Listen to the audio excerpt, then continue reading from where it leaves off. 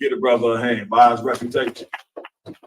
He lived a solid life, you understand, and the Lord took him, of course, away from his wickedness. But what does that mean for a man that is wicked? What type of judgment shall he receive? I'm asking. Go ahead, Al.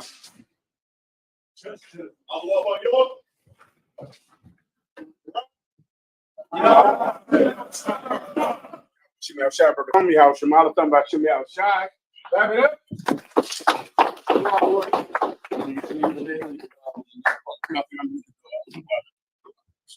Pasati, mi gente.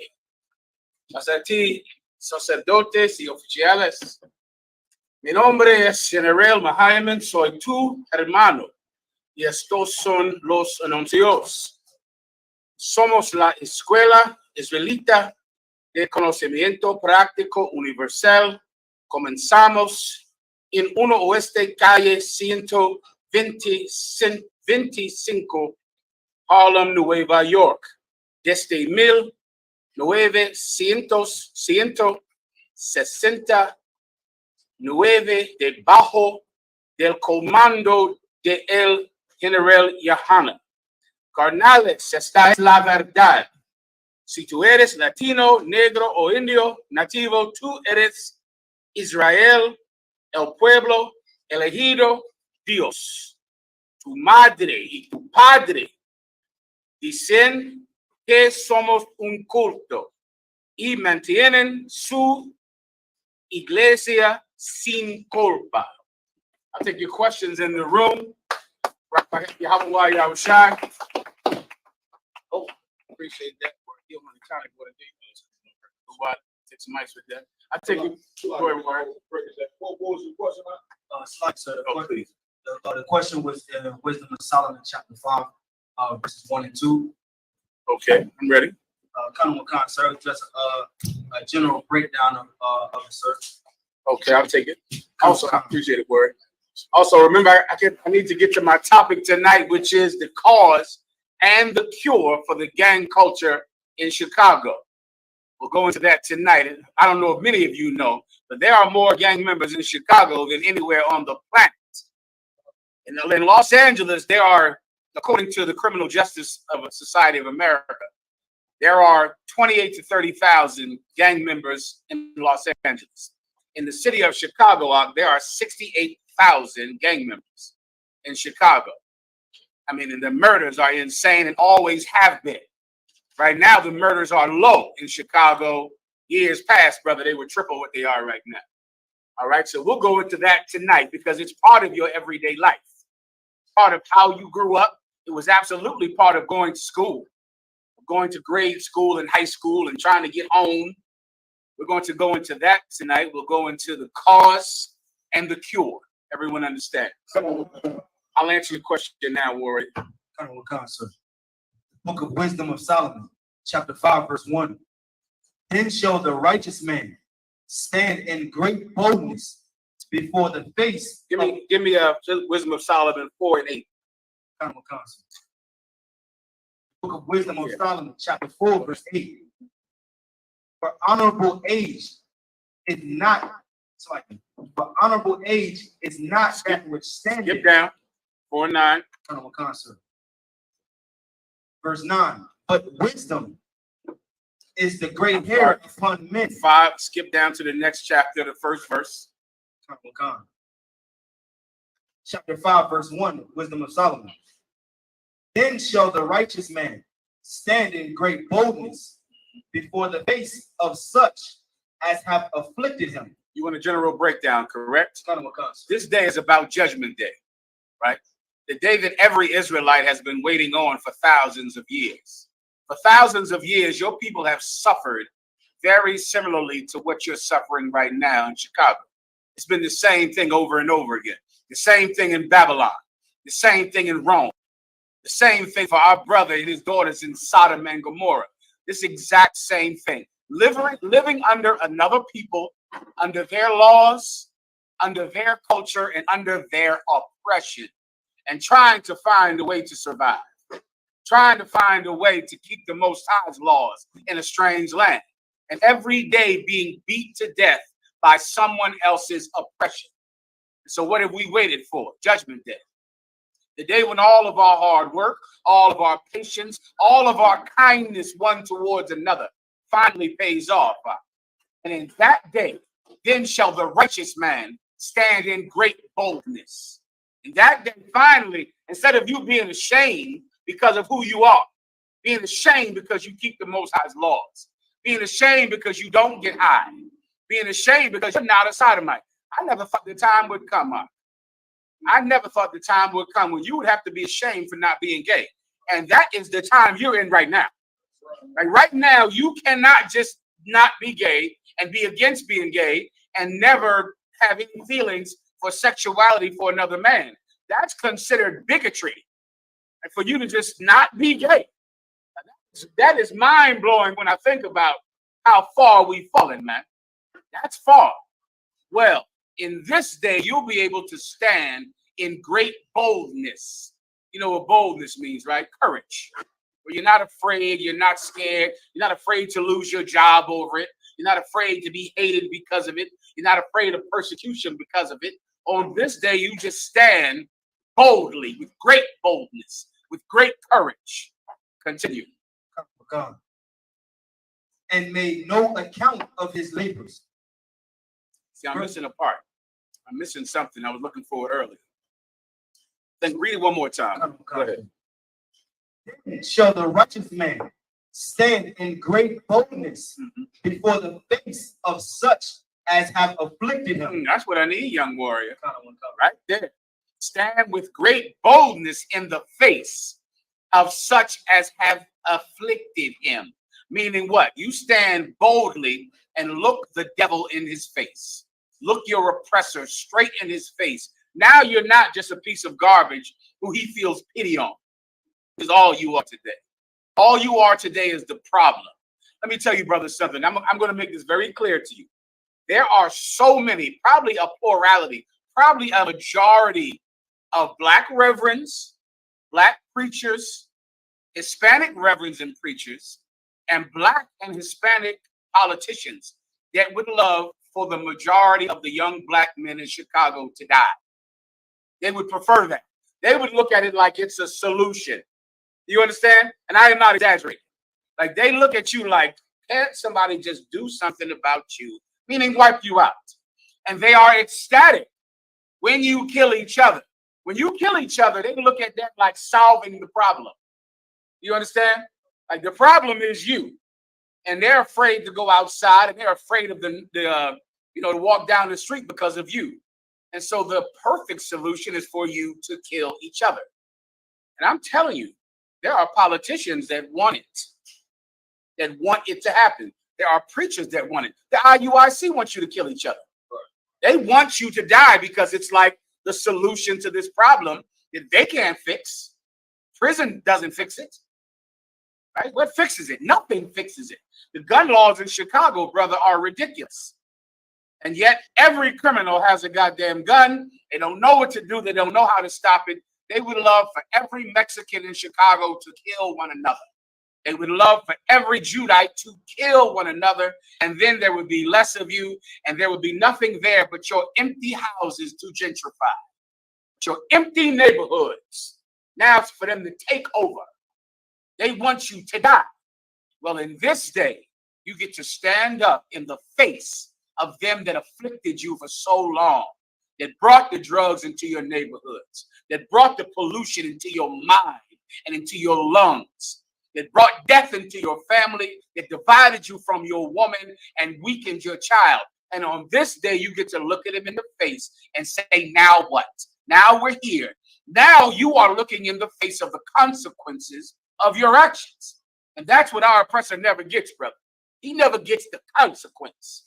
He never gets what he has coming to him. Well, on this day, he gets it up. On this day, he gets what's coming to him. I pray you understand that. Continue. And made no account of his labors. Of his what? Of his labors. I don't know who else this could be talking about. Made no account of his labors. because you work the fields here so he can eat.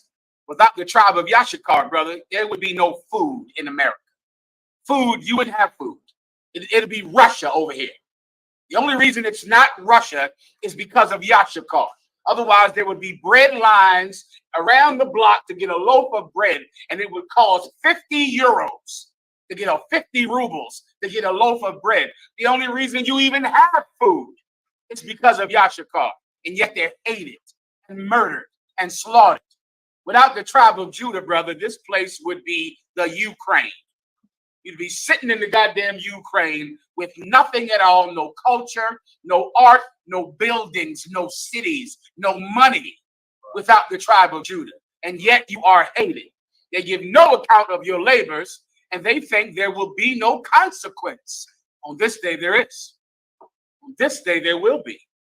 Continue. When they see it, they shall be troubled with terrible fear. What are they going to see on Judgment Day? Can everyone hear me? I got no mic on me. Am I all right with this? Do I need this for the room? Let me know. You step it up, all right? I'll put it there just in case they. Most High in Christ. Read that part one more time. Turn it up to taste if you don't mind. If it can be turned up. Go ahead. No sweat.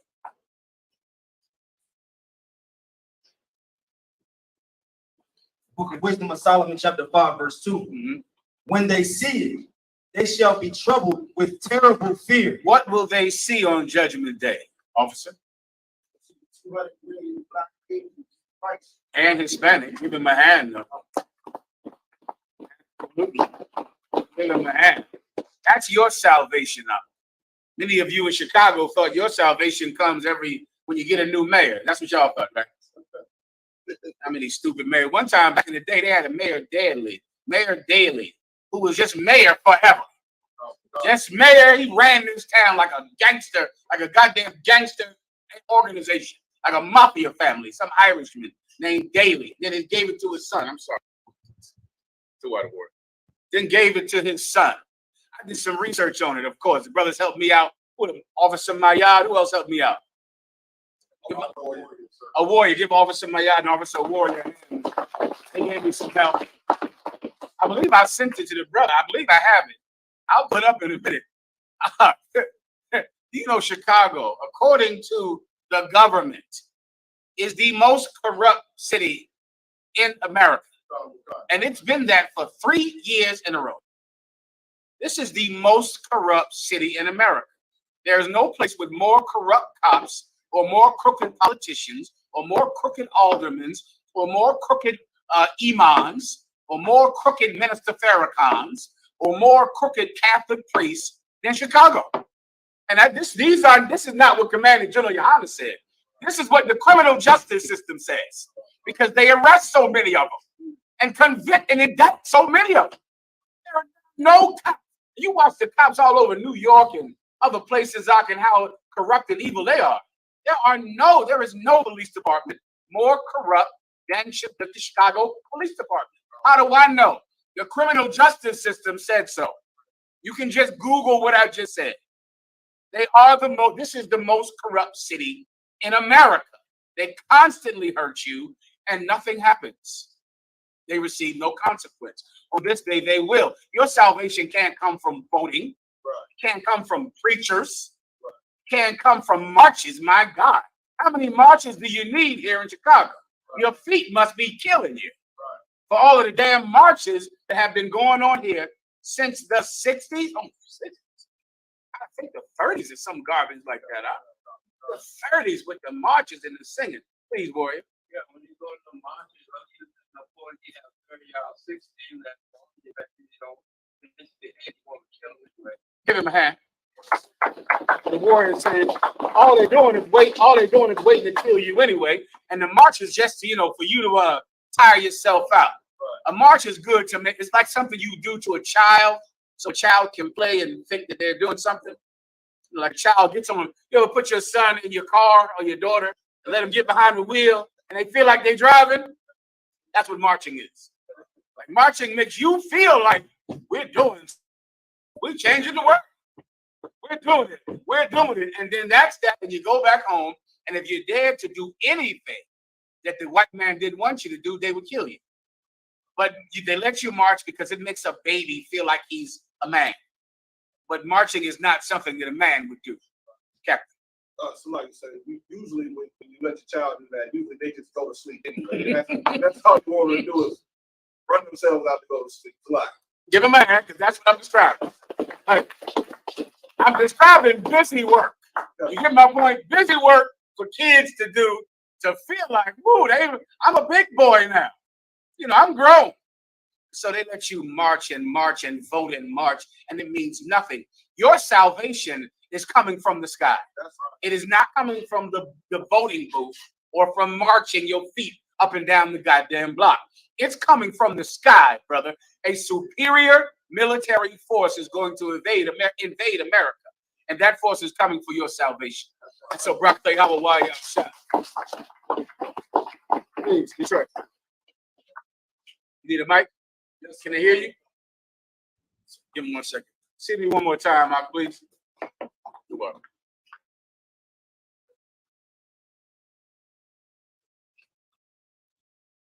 Hey, Salaki, if I may fuck this up, I would like to get a breakdown, like a general breakdown on the book of Jeremiah, chapter 14, and verse 8. Give me 1 second. Let me make sure I'm done. You good here? Wait, the question over here. Slack. Give me 1 second. I'll get you after this. All right. Also, someone tell me about the questions online if I have any. All right. You got it. I'll just finish up. Kind of a concept. When they see it, they shall be troubled with terrible fear. When they see the chariots in the sky, they will be troubled with terrible fear. Keep going. Kind of a concept. And shall be amazed at the strength, at the strengthness of his salvation. The strangeness. No sweat. Meaning, I think this week, the Congress just admitted that there's aliens this week. And nobody gave a damn. It was like, oh yeah, there's aliens. We got 3 of them in the basement. Yeah, we got them down there. They tied up down there. So we got them. The cat said they have a spaceship as big as a football field. We caught 3 of them. We got them in the basement and tied up down there. Nobody gave a damn about any of that because I think the whole world knows it's BS and it's a lie. But this is a fact. Congress wants to spill money into the Space Force. Like all this whole thing about the UFOs. If you brothers don't know, I'm just telling you straight up what happened this week. They had a congressional hearing, and they said, "Are there aliens?" The cat said, "Yes, we got them in the basement." That's what happened. The cat said, and nobody gave a damn. It didn't make breaking news. It was nothing. The cat said, "Yeah, we got them in the basement. Yeah, 3 of them." Well, did you find any? They used some word that mean, but they said biologics. You find any biologics? Yeah, we got some biologics. We got them right down there, locked up. I think it's like Ionics, something like that. Some word like that. That meant alien niggas. And they said they got them. And they was like, all right, we got them, no sweat. And yeah, they invading us, and they got spaceships as big as a football field. We got them too. We got them. They tied to a chair, whooping they, giving them business down there. Nobody gave a damn. Let me explain to you what this is about. They are going to spill so much money into building their own UFOs. It's going to be like a World War II initiative. They're going to build them the way they build aircraft carriers or fighter jets. Please, officer. Sure.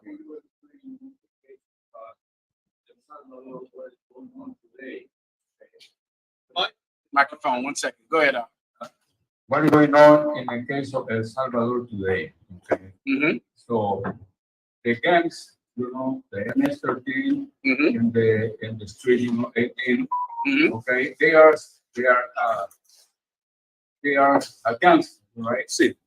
So my question is this: how can you explain it according to the Bible?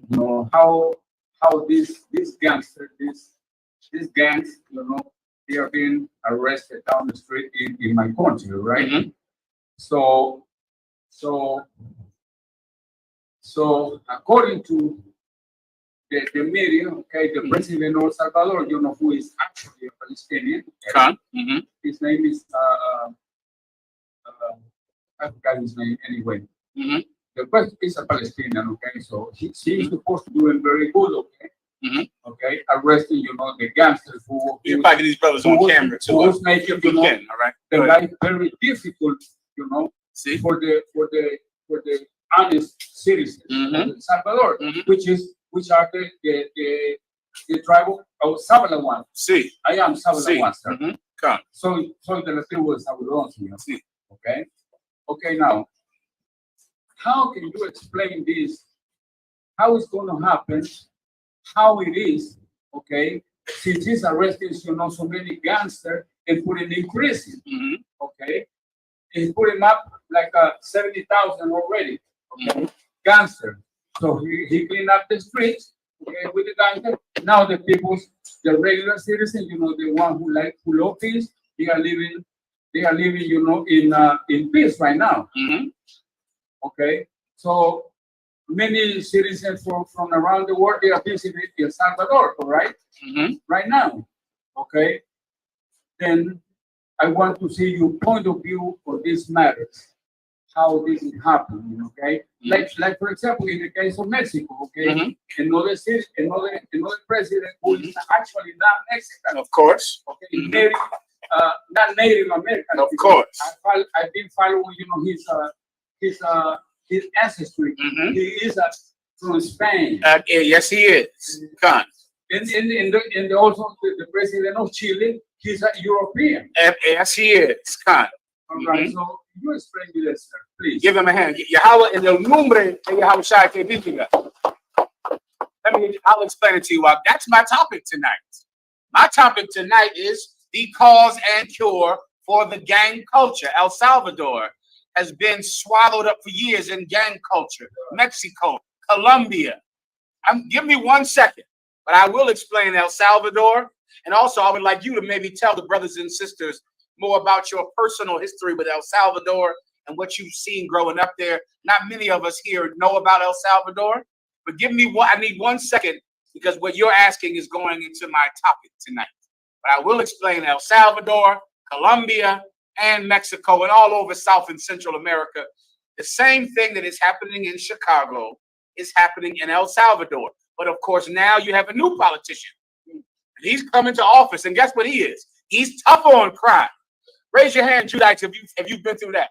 A politician that's tough on crime. Oh my goodness. El Salvador has one now. Oh, and he's tough on crime. And he's locking up all of the gang members. Raise your hand, Chicago, if you've had a mayor that was tough on crime and locked up all the drug dealers. Yeah, everybody has been through that. Yeah, that's nothing. And in a second, you're going to understand why he's locking up the drug dealers, because all he's doing is freeing up money for his own personal. And that's all that ever happens. And that's what's going to happen in El Salvador. It happened in Colombia. It's going to happen in Mexico. And it's going to happen in Chicago. I'm going to explain it to you in 1 second, all right? Just know this, that our oppressor is the devil. And as long as you know that, then even when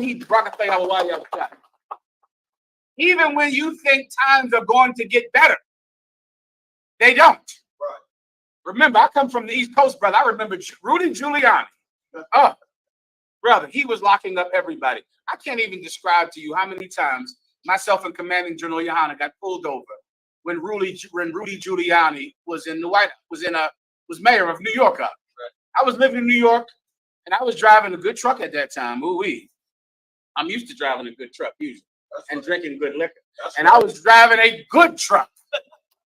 And that bastard pulled me over every day. And if you think I'm exaggerating, you talk to Commander General YAHANNA. Every day. I get in the car, I get pulled over. And that's that. And the cat would just say, listen, we're looking for guns. You know, if you don't have any, we let you go. And it was as normal as every day. And it became so, I didn't even care anymore. General YAHANNA would lose his mind like he was going to kill the cop. Remember that, Akim? I'm the sane one. Man, General YAHANNA, brother, Lord be with him. You know. I'm the one that's not crazy around here. If that cop would pull me over, and I just knew we were getting shot every time it happened. And Rudy Giuliani cleaned up New York, put everybody in jail, and then you wait a few years and you realize he did it to make way for new gangsters. Right. And that was that. Let me get off of this so I can get on to my topic. Am I good here? Come on. Get Atlanta a hand. Get Parliament headquarters.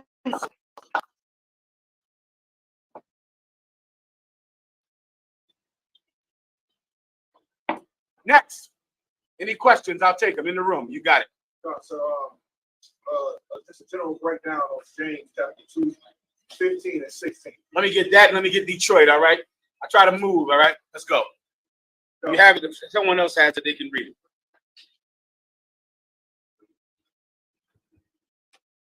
James chapter 2, verse 15. If a brother or a sister be naked and destitute of daily food, verse 16, and one of you say unto them, depart in peace, be ye warned and filled. This is, let me give you this scenario, all right? A brother or a sister. Now, this is James speaking to the brothers in the truth, the brothers who serve Christ. If a brother or sister is hungry or thirsty, this person is starving, this person is poor, and you say to them, depart, get some food, get some water, meaning, all right, you go ahead home and get something to eat.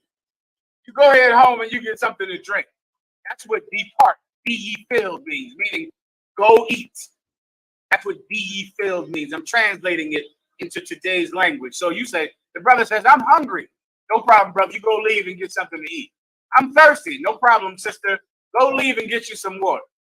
If you do that to them, if you say that to them, go ahead.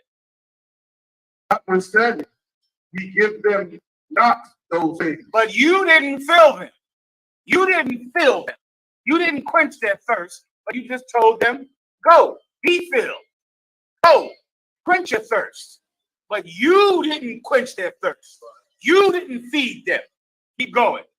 Which are needful to the body. Which are what? Which are needful to the body. This is something this oppressor that's over us will never understand.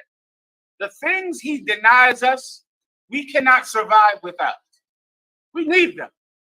If you don't have food out, which is what this oppressor will deny you, food, well, you cannot eat. You cannot, you brothers and sisters in the Midwest, I think you know this already.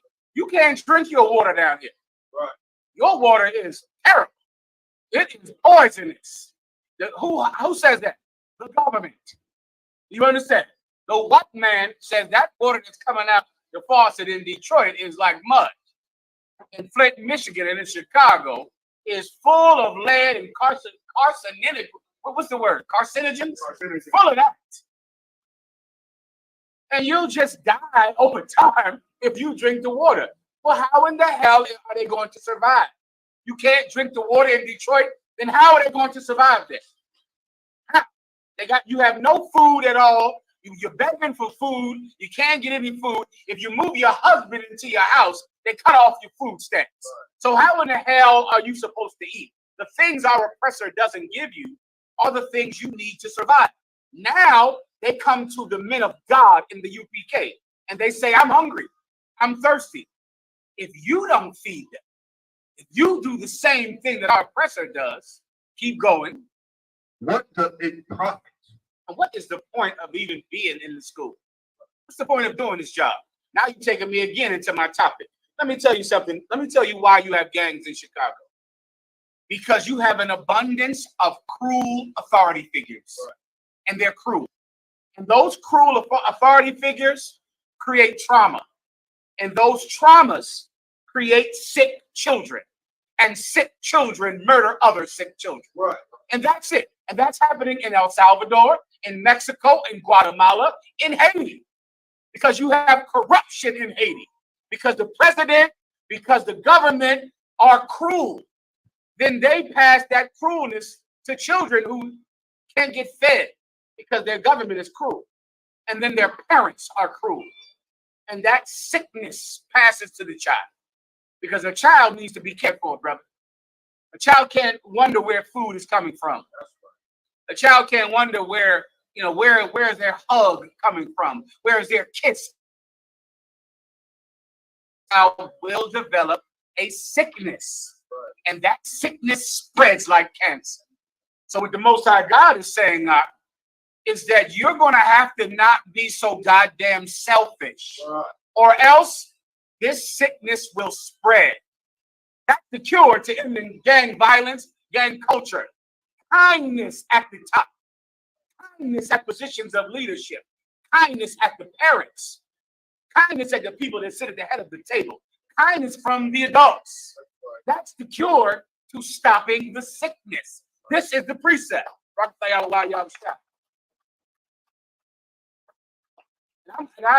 course, I got so much evidence, I can just confound you and destroy your mind and make you cry because I have so much evidence on it, it's overwhelming. But yes, this is the precept. Someone comes to you, you can't just say, hey, listen, you can't tell them, oh, get a job, brother. Nah, that's not what Commander Juliana talks about. We don't tell people, yeah, I'm hungry, I'm starving. Well, you need to get a job. No, yeah, I guess I do. But I'm here in front of you because you're supposed to be my father. So I'm here in front of you saying, I'm hungry. I'm thirsty. It's your job to feed me. It's your responsibility.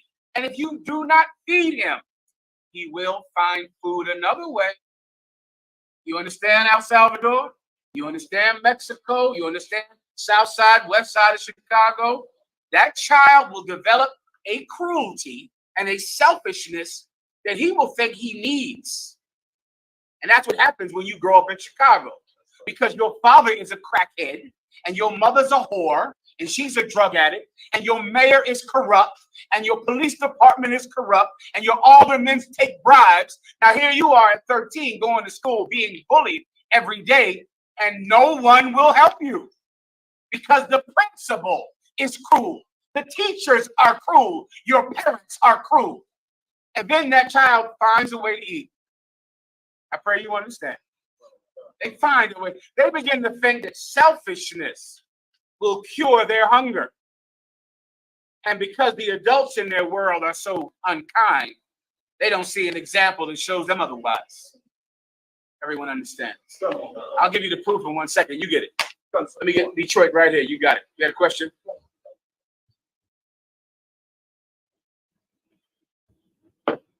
So I got I just wanted a general breakdown on the book of Jeremiah, the 14th chapter, verse 8 through 9. It says, oh, the hope of Israel, the Savior thereof in time of trouble. Why shouldest thou be as a stranger in the land, and as a wayfaring man that turneth aside to tarry for a night? Verse 9. Why shouldest thou be as a man astonished, as a mighty man that cannot save? Yet, though, O Lord, art in the midst of us, and we are called by thy name. Let me break it down for you. Is that it? That says, leave us not. That's yeah. Okay, break it, go to the top, and I'll break it down for you now. Count on one count. Go ahead. The book of Jeremiah, chapter 14, verse 8. Oh, the hope of Israel, the Savior thereof in time of trouble. Why shouldest thou be as a stranger in the land, and as a wayfaring man that turneth aside to tarry for a night? Who is the hope of Israel? The Most High God is the hope of Israel. And what the Israelites are saying is, why should the Most High be like a stranger in Israel? Meaning what? From our perspective, the Most High God doesn't live in Israel. He's not with us. So we're asking the Most High God, why should you be like a wayfaring man? Who knows what a wayfaring man is? It's an old term. A wayfaring man. There's a good old slave song called Wayfaring Stranger. They made in, oh my God, it was this it was a Confederate prison camp at Camp Anderson. And they killed black people in this camp, brother. You should do the research on it sometime. It'll make you cry on how they killed black people during the time of the Civil War at this camp. I'm pretty sure it's called Camp Anderson. Someone look it up. It was a Confederate prison camp. And these slaves made this song called Wayfaring Stranger. Come on. I have the definition of wayfaring. Go ahead. It says of a person traveling on foot. That's what it is. Meaning, why should the Most High be like someone who's just visiting Israel, who's just visiting this land? You're our hope. You're all we can depend on. Why are you like someone who doesn't live here? Meaning, why aren't you with us?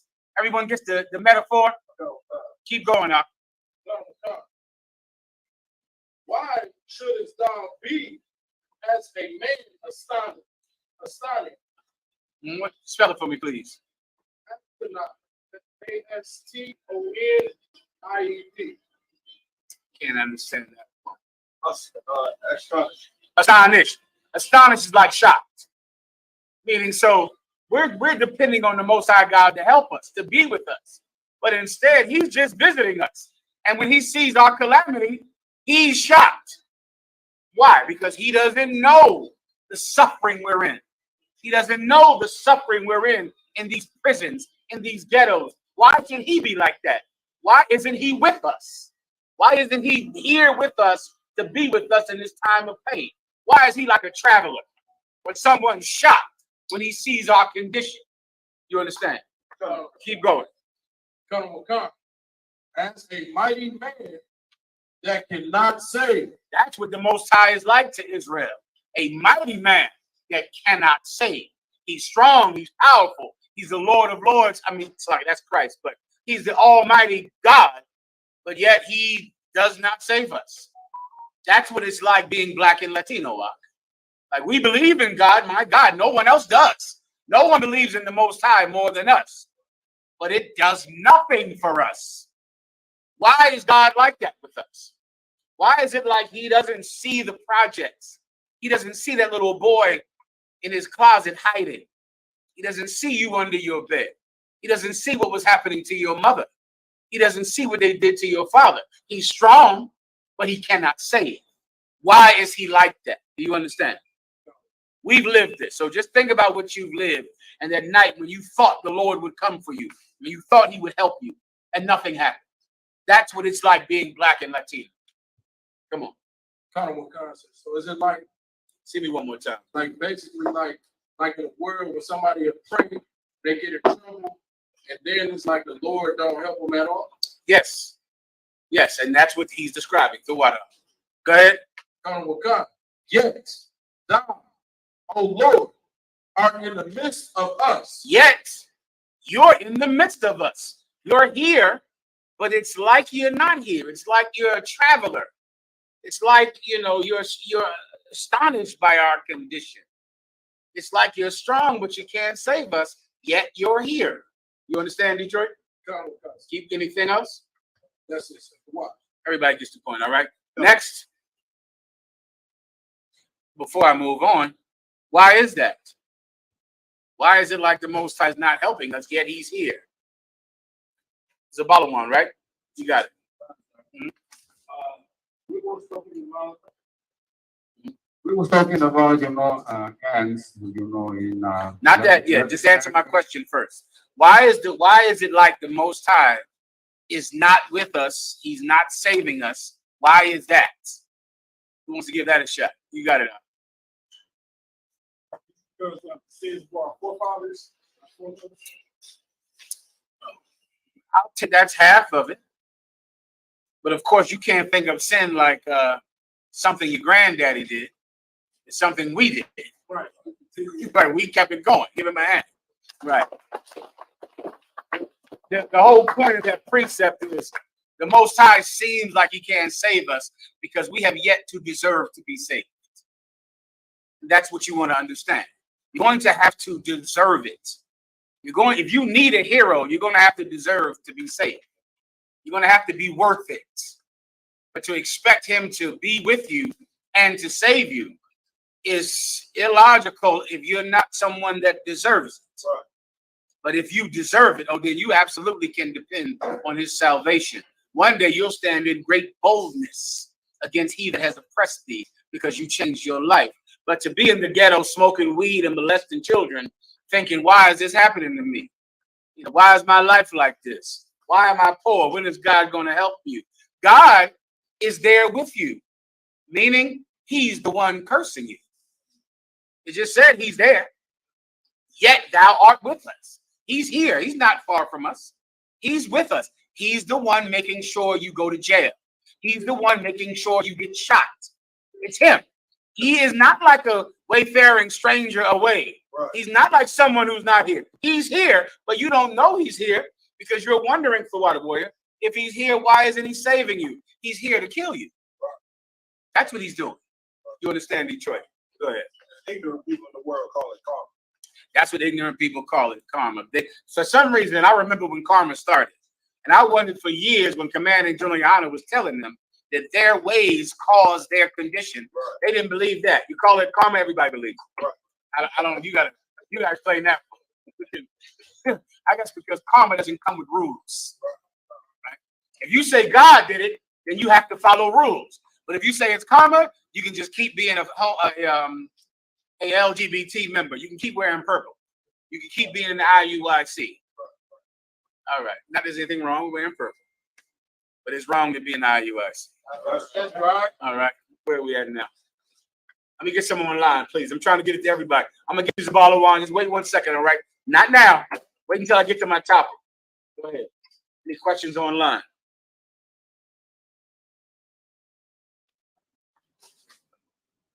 No, sir. Water for the scotch. It's good down here. I almost got to hook up on the scotch from headquarters. We got the same thing. Go ahead. What you got? Go ahead. General breakdown of 1 Corinthians chapter 6 and verse 3 to 5. Solid. Go ahead and read it. 1 Corinthians 6 and 3 to 5. Someone read it for the sisters. Brothers. For the brother, Salaki. God, so I got it right here. 1 Corinthians chapter 6, verse 3. Know ye not that we shall judge angels? How much more things that pertain to this life? Forget about it. Go up 2 verses and I'll explain this for you, all right? God, sir. Go ahead. 1 Corinthians chapter 6, verse 1. Dare any of you, having a matter against another, go to law before the unjust? This is Paul speaking to the brothers in the school. He said, dare any of you having a matter against one another, go to law before the unjust instead of the just. What would this be? This would be like, please, officer. Give him a hand. Absolutely.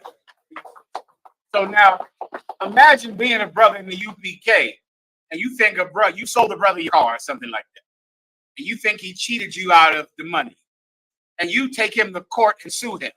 That is something that happens in the IUIC. Right. They do that to each other. Oh, I know. They call me about it. That's how I know. They go and sue each other, take each other to court. Hell, what am I talking? It's happening right now. His brother, yeah, what's his name? Brother Titus. Captain Tazaryak tonight is going to show a video where one guy pistol whipped another guy in IUIC, and then he made a video begging his members to give him those letters that you need to give to the judge, begging that the judge will lighten your sentence. Let me help you out, IUIC. Those letters do nothing. Right. I don't know those. Who knows about those letters? Lord have mercy. I ain't even thinking about them damn letters. Oh, your mama got the right. And you over her shoulder like, Mom, listen, get the punctuation right. Tell him I loved you. Tell him I was good. I was a good boy. I would tell him I went to church every day and I was trying to go back to school. Your mama has to write you a Shakespearean letter to get you out of this hell that you up in. And you go on to everybody. Your baby's mama. You don't never get along with her. But you over there like, listen, Put a period at the end of that. Tell him I loved getting my kids. Tell him I was getting a job. Come on, bitch, tell him I was good. Let me help you out with that. Those letters are, who can blow my mind? Who's been here today? The letters you have to write to judge from your mom, your baby's mother, your high school teacher, from people that you know. Those letters are busy work. They're nothing. That judge is not going to look at your mama's writing and let you off from that murder. And that's not how it works. He doesn't care. The lawyer is going to tell you to write. Hold it for a second. The lawyer is going to tell you to write that letter because that letter gives you hope. Right. So you're writing it. Your mom is writing it. He's a good boy. I told you, my mom told the judge I was an expert chef. And I remember going, what? Let me tell you a confession for the soul. When the cops came to drag me out of my house, I told the cops I was baking cookies. That's what I said. I said, I ain't been out the house all night. I was baking cookies. My mother heard that and told the judge I was an expert chef. Culinary genius. She wrote that in a letter to the judge. My grandma wrote a letter. Everybody, my baby's mother wrote a letter. Everybody wrote a goddamn letter. The judge said, these letters are nice. It wasn't good enough. You hear my point? Those letters mean nothing. Those letters are busy work for you so that you don't lose hope. Well, the man in the IUIC is asking everyone in the IUIC to write him those stupid letters. When that doesn't beat a murder charge up, they don't give a damn about your mama's love. Nigga, you shot at a mama that loved him. Anyway, the only thing that changes a judge's decision is evidence. Right. Well, the IUIC, they still beat each other, and they sue each other, and they take each other to court. Dare any of you to have a matter against one another and go to court before the unjust instead of the just. If you have an issue with another brother, you take him to counselor. Right. You don't take him to civil court. You don't take him to court before some sodomite judge. Right. You take him before the council in the UPK. Captain. If I could, also that shows that what Sister Titus did proves that that IUIC will lie for each other as well. Give them a hand. That's exactly what they do. They lie for each other. They lie for one another because they're liars. Everybody gets it. I don't know how to fix it. You got it. Would you read, sir? Please. And not before the saints. And not before the saints. The word saint by definition means an Israelite who was a sinner who has converted to being an Israelite who keeps the commandments. That's in the law. Every Israelite is a saint. I can tell you how I was shot. What I just said is just the definition. You can look it up. All right? Keep going. Verse 2. Do you not know that the saints shall judge the world? You hear that? If you have a problem with another brother, some of you might, have some issue with a brother. You want to take him to court. Some of you sisters, if you ever take a brother into the school to child support court without coming into counsel, you're getting kicked out of the school. Does everybody understand? Sisters, you understand? You can't do that in here. You cannot take, if your husband is in the school, you cannot take him to child support court. You cannot do that. Why? Because Commanding General YAHANNA takes care of the children in here. You have no reason to now go take some brother in the school to court before some sodomite unjust judge. If you do that, then you unwrap your head and get the hell out of here. You're not allowed to be in this school if you take an officer in this school to child support court. Sister, do you understand? That's good. That's not something you can do. Why? Because don't you know the saints shall judge the world? You don't think we can solve your penny-ante problem you have with your husband? Your small, stupid little issue that you have? Because you want to take him to child support court because you're mad at him because he has another wife. Does the kid need food? Then you come to us for it. You don't need to go to child support court simply because you want to use the court to hurt him because he has another wife. If you do something like that in here, we'll be unwrapping your stupid head and getting you out of this school. Does everyone understand? That's good. You can't do that. If you're a brother in here and you're mad at this brother next to you, you think he robbed you because you know over some Bitcoin or something. Listen, you're a dummy. You're a dummy. You know what do you do? Sell you some Bitcoin. Sell you some bad Bitcoin. Yeah, so it went sour on me. The Bitcoin crowd. I don't hear about that Bitcoin anymore. What happened to that? It's gone. Oh, you were zealous about that Bitcoin, weren't you? Oh, you loved Bitcoin. Oh, you thought Bitcoin was going to change everything in your life. Now it's over. You are addicted to fads, young man. You have FOMO. Is that the right word? Fear of missing out. Well, you think he cheated you out of your Bitcoin plan, right? Or your real estate plan. You have a big plan for real estate and Bitcoin and all of your stupid ass plans that you have. You think he cheated you. You cannot sue him. You cannot take him to court. If you take him to court, you're getting out of here. You cannot do that. You take him to counsel. If you're angry at him about this, about that, about whatever stupid thing, any stupid reason that you think you should hate your brother over, you come to counsel. The minute you take him to court over it, you're done. You're gone. Does everyone understand? Here's my justification to get rid of you right here. This is it. You're reading it.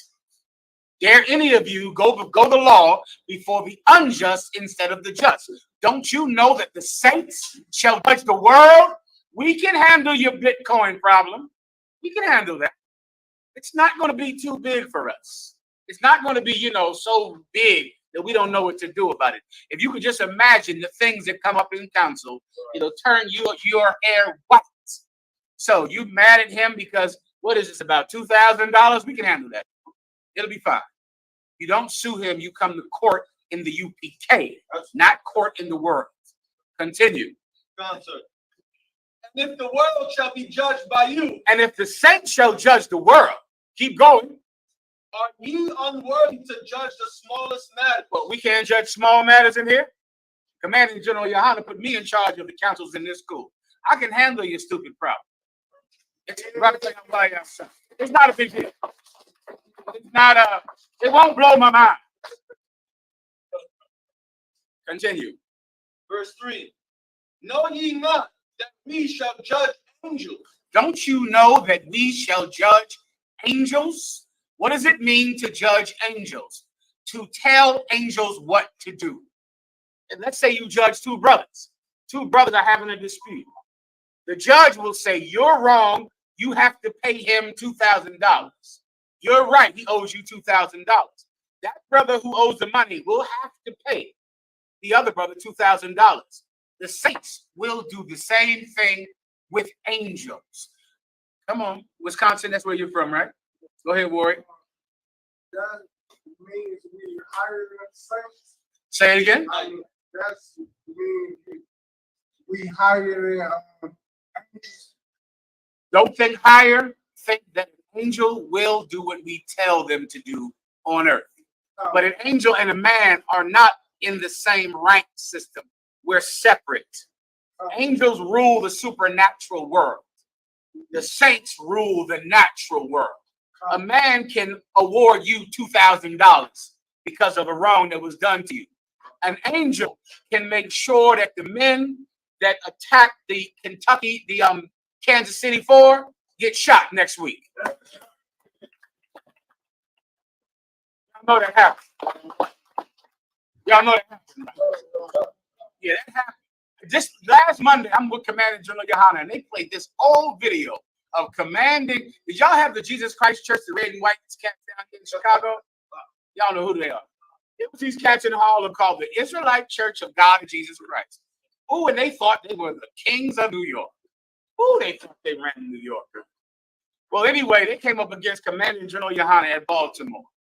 And brother, I wish you could have this video. We played it last Monday. And Commanding General YAHANNA said, how dare you come up against me?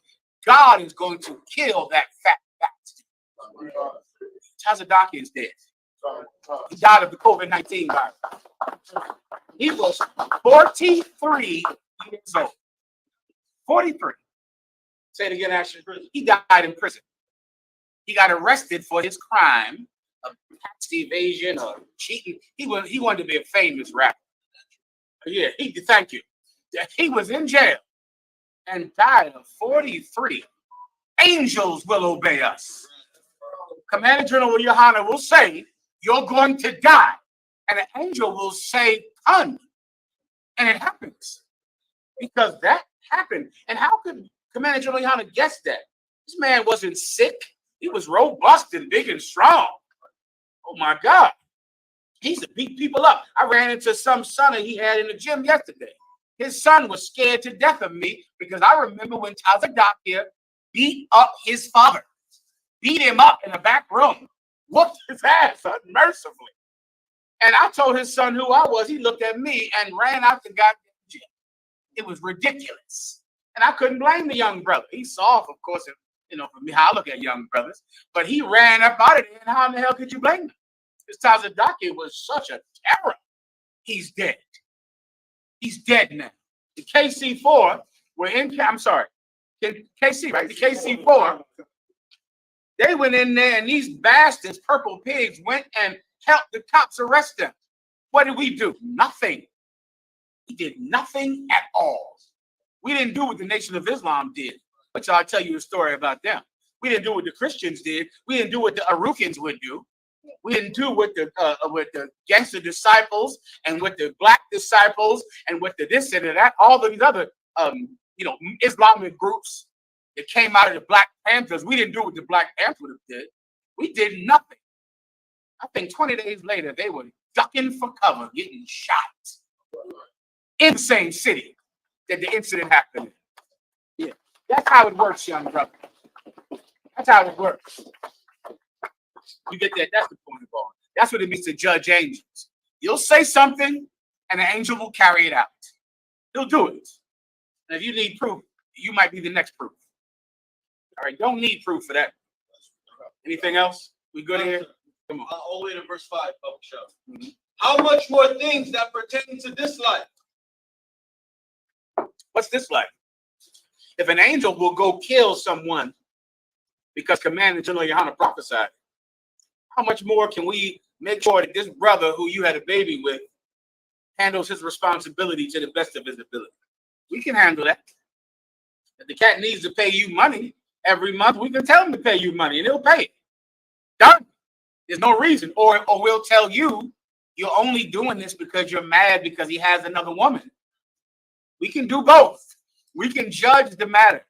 We don't need, you know, you to go to court over it. Everybody, that's the point. Right? And this life means this realm, this life where you have money and food and clothing that babies need, and brothers argue over money or disputes. We can handle all the problems in this life. We can tell the angels what to do in the other life, in the supernatural life. Everyone understands? Continue. Verse 4. If then ye have judgments of things pertaining to this life, set them to judge who are least esteemed in the church. If then you have judgments, read it one more time. If then ye have judgments of things pertaining to this life, set them to judge who are least esteemed in the church. Read the next verse. Verse 5. I speak to your shame. It is so that there is not a wise man among you. Stop. One more time. Quickly. Verse 4. If then ye have judgments of things pertaining to this life. So now you have judgments of things pertaining to this life, food, clothing, things that this life requires. Go ahead. Set them to judge. And you go take a brother in the school, make him a judge. Keep going. Who are least esteemed in the church. The lowest brother in the school could judge these matters. An officer of 50 in the UPK is a better judge than some judge in court. That judge in court is a terrible judge. That judge in court gets paid per as many people he can put in jail. Meaning he gets a specific amount of money, the more children he puts in juvenile prison. Am I making this up? I'm not. Go look it up. That's what happens in Chicago. They find out later that some judge is getting a percentage of money with every child that he puts in jail. And then they find out later that some private prison is paying this judge for every child. A judge gets paid. The state of Illinois gets paid when a woman puts you on child support. Go look this up. You know how your wife puts you on, or your ex-wife puts you on child support, right? And she gets a certain amount of money. The state gets another amount of money for every time a woman puts a man on child support. So if you two work things out on your own, the potholes won't get filled in the city. The lights won't be on. The city municipalities won't run, because for every broken family, they get a percentage.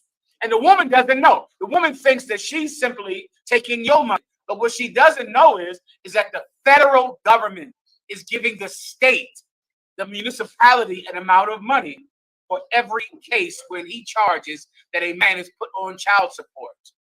Meaning, if your family stays together, the state suffers. That's for real. That's something you can put in your goddamn phone and look up. Say your name again. Mahayaman. What you bring out is so heavy because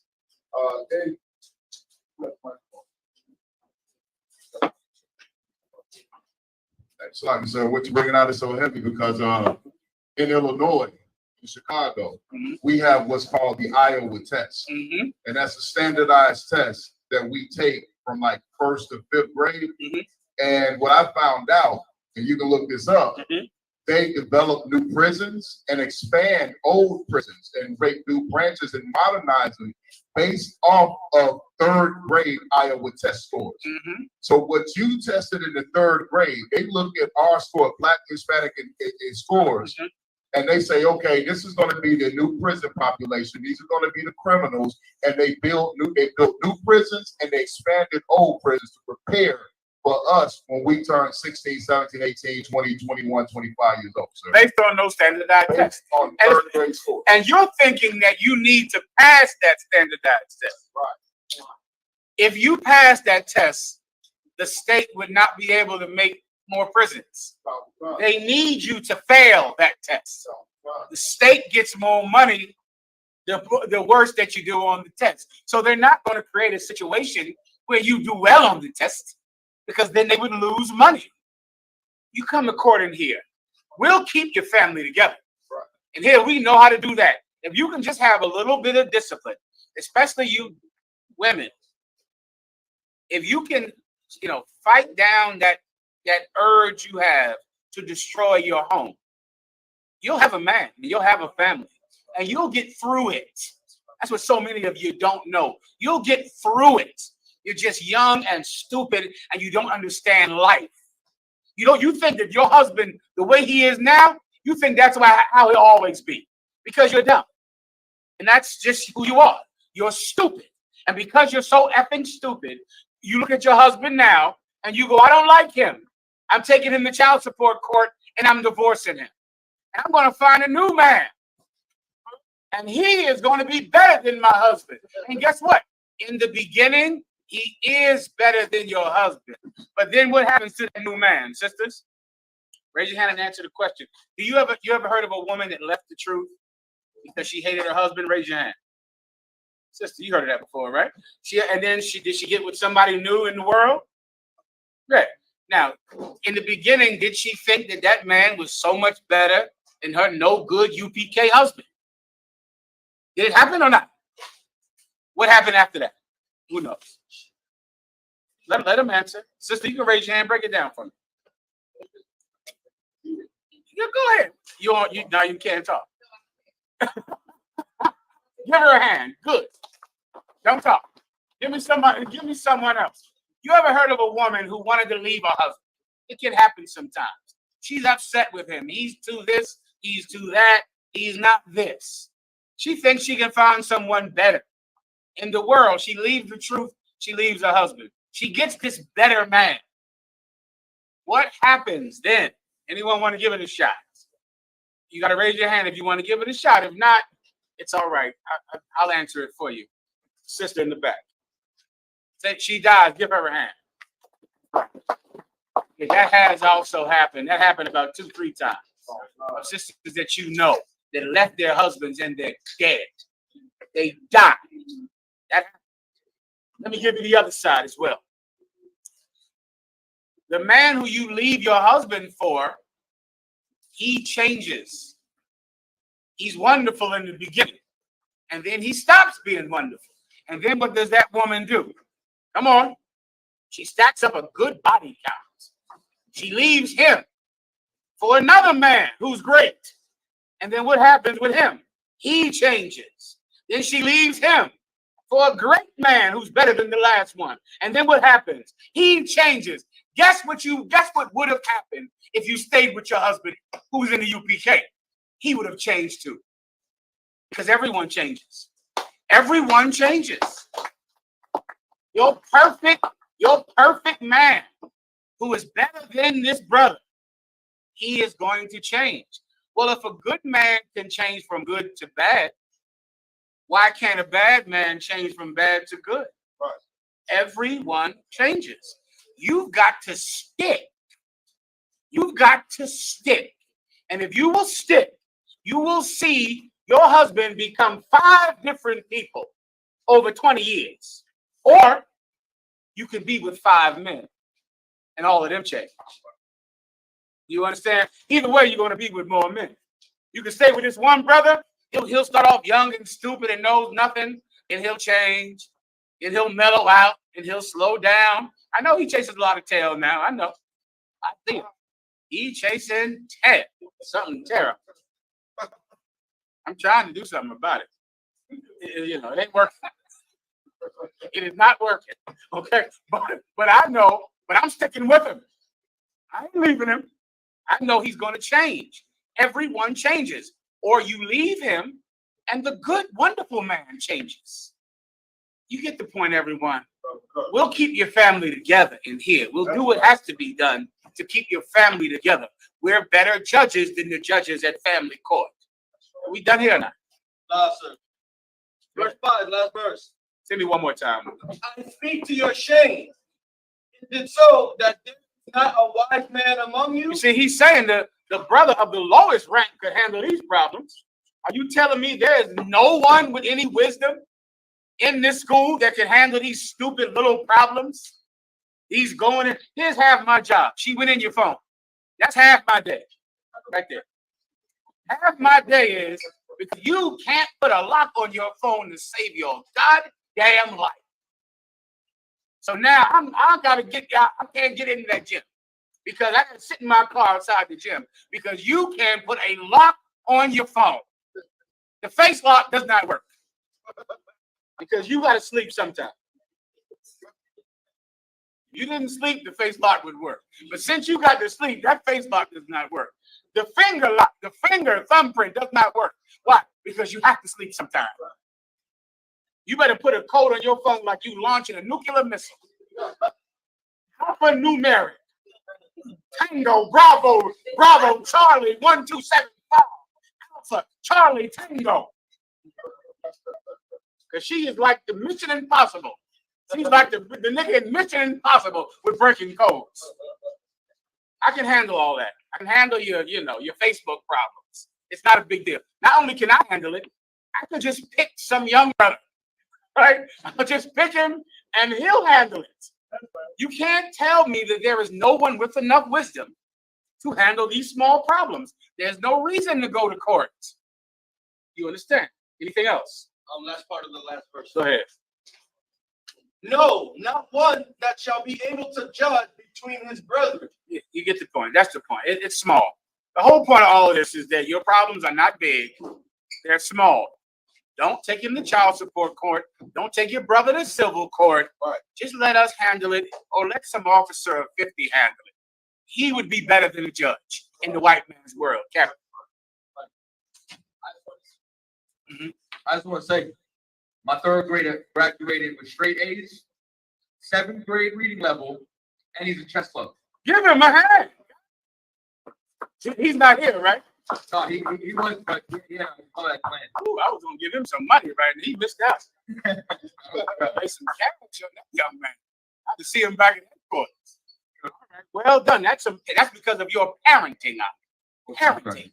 What you're doing with him is what cures the gang problem in Chicago. That's the cure. What you're doing with that young man, with that young Ephraimite brother, is the cure for the gang problem in Puerto Rico. You're the authority figure who is not corrupt. You're the police officer, the alderman, the reverend, the mayor, who is not corrupt.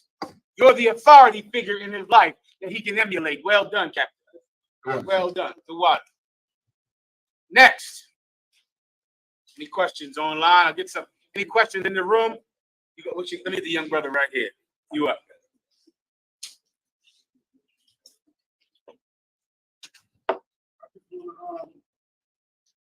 Break down. Appreciate they would be running 6 and 15.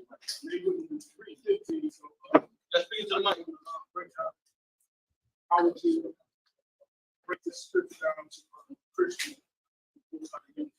Nice and loud, brother. I'll break it down for you. Where are we at again? To their advantage. It reads, for sin shall not have dominion over you, for you are not under the law, but under grace. No sweat. 15 said, Go ahead. what then shall we see it, because we are not under the law, but under grace. That's what you cut him with right there. Okay, no problem. You can have a seat, brother. You're gonna read it one more time. Just read it slowly. Okay, I can't quite hear you either. Is the mic on? Tap the mic and see if it's on. Just speak into it a little louder, all right? Romans chapter 6, starting at verse 14. Read 13. Verse 13.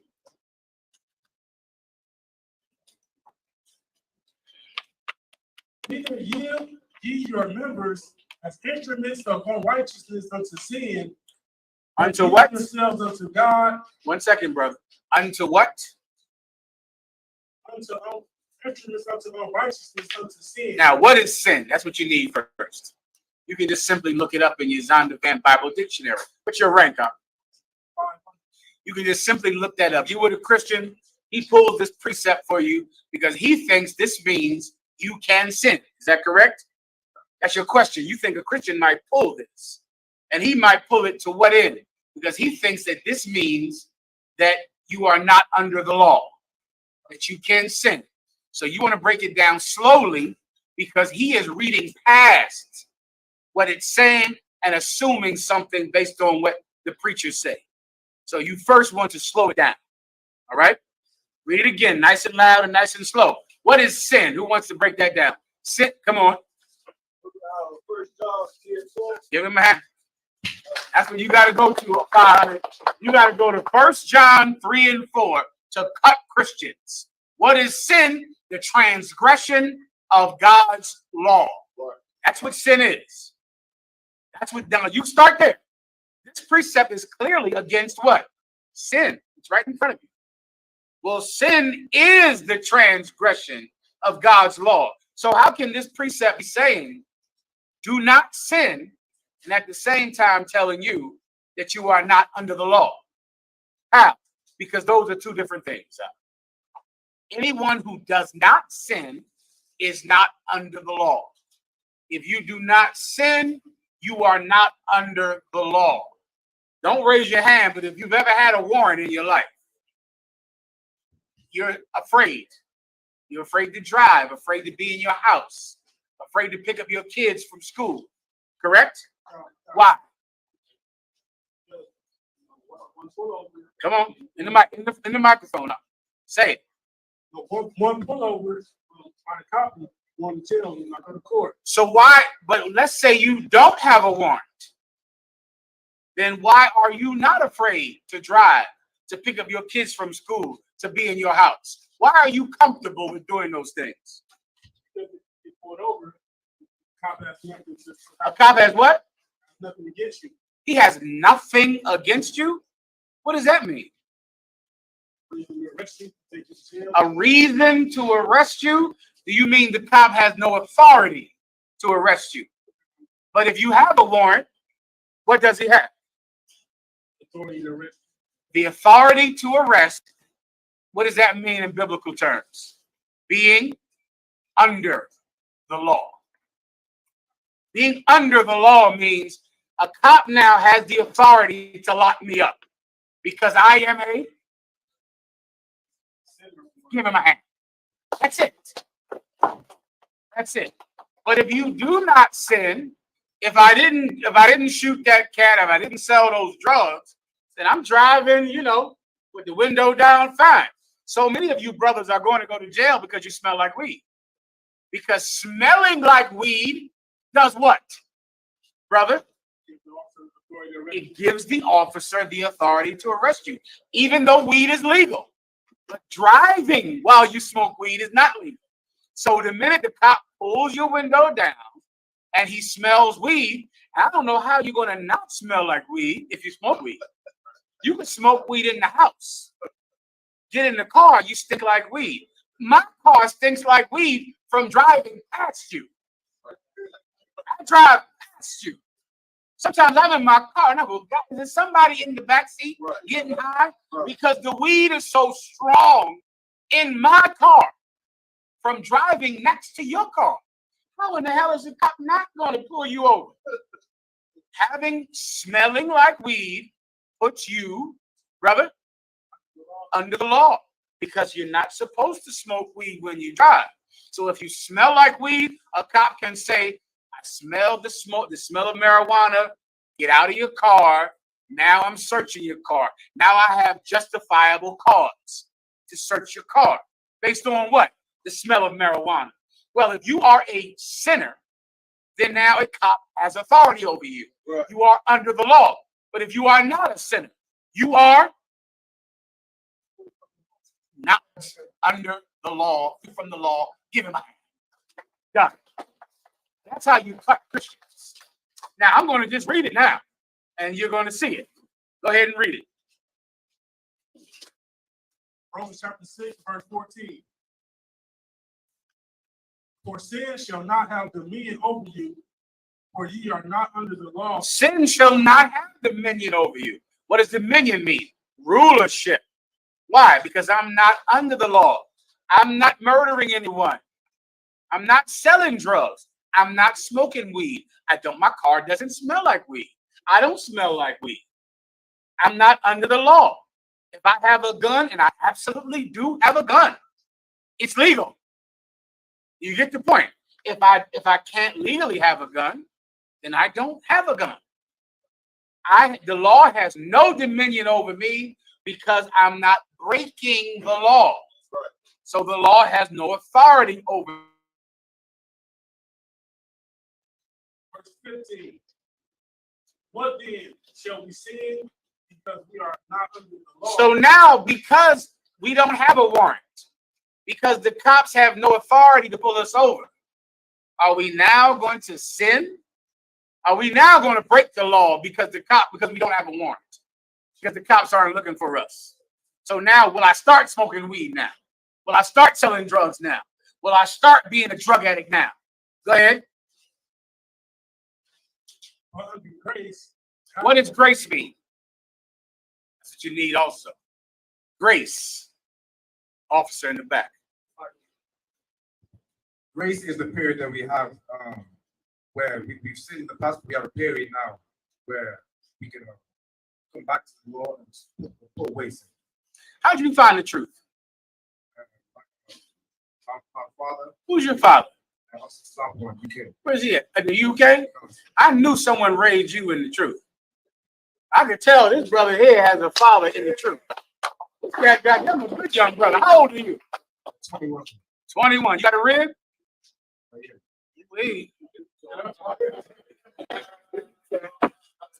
Give him some. 21. Give him too much. 21. Don't ruin him. Well done, brother. When you were speaking, I could tell that you had a father in the truth. This brother is the cure for gang violence. Him. What your father gave you was the cure. You had an authority figure that was moral. It had morals. That's the cure, right? The problem is in this society, the mayor has no morals. The police chief has no morals. Everyone you meet in society, if you're in the gang, guess what's going to happen? Your gang chief is going to do what?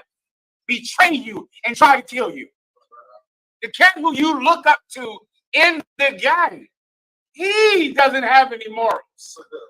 Like you look up to him like, damn, this is my gang chief. I look up to you. I sell drugs once a month for you.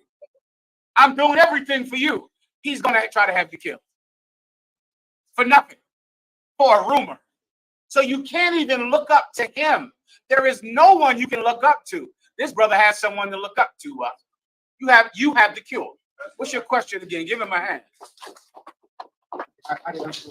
You can have say your answer again. I was asking what is grace? Grace is the period that we have, that we were in sin, we now able to go back to the Lord. Give him a hand. That's correct.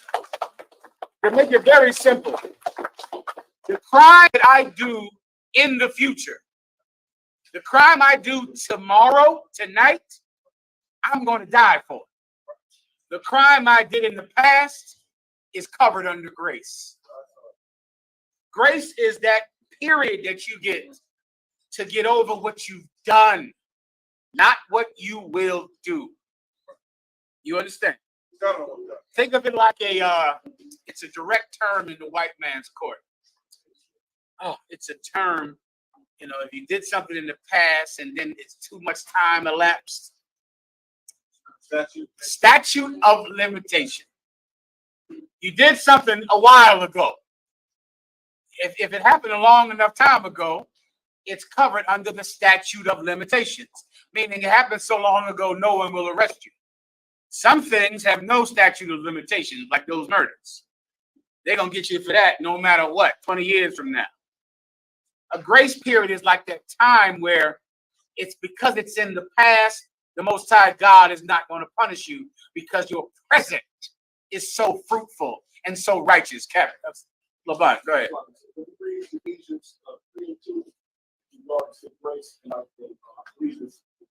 That's what I just brought out. The water. Go ahead and read it. Book of Ephesians, chapter 3, verse 2. If ye have heard of the dispensation of the grace of God, which is given me to you, Please.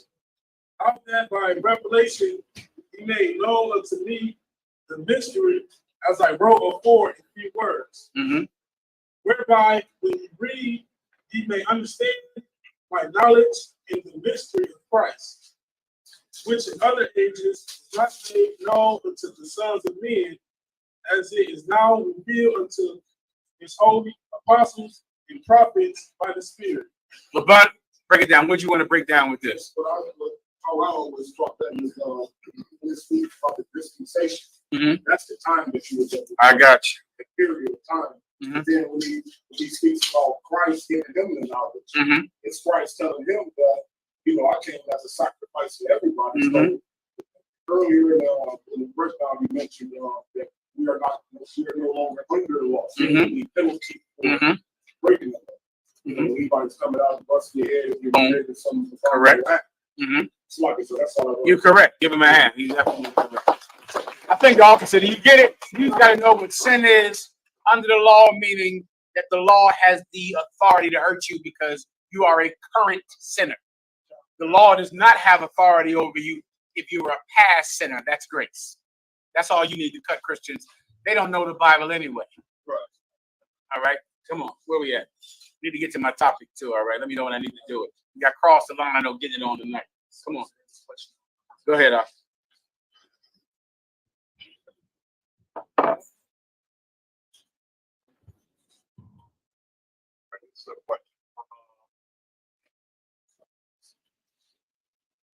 Can everyone hear me online? Am I right?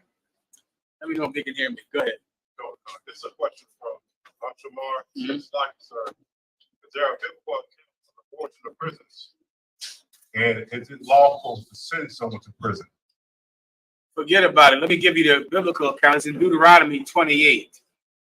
Brass and iron shall be thy roof, shall be the sky above thy head, and the ground under your feet. Absolutely, the Bible prophesied prisons, and it's in the book of Deuteronomy. Is it lawful to send somebody to prison? Absolutely, in certain cases. The Bible says this, that in all judgment have mercy. There is a judgment where prison is the merciful thing to do to someone. Because otherwise, I'm going to do that other thing to you. That's right. All right?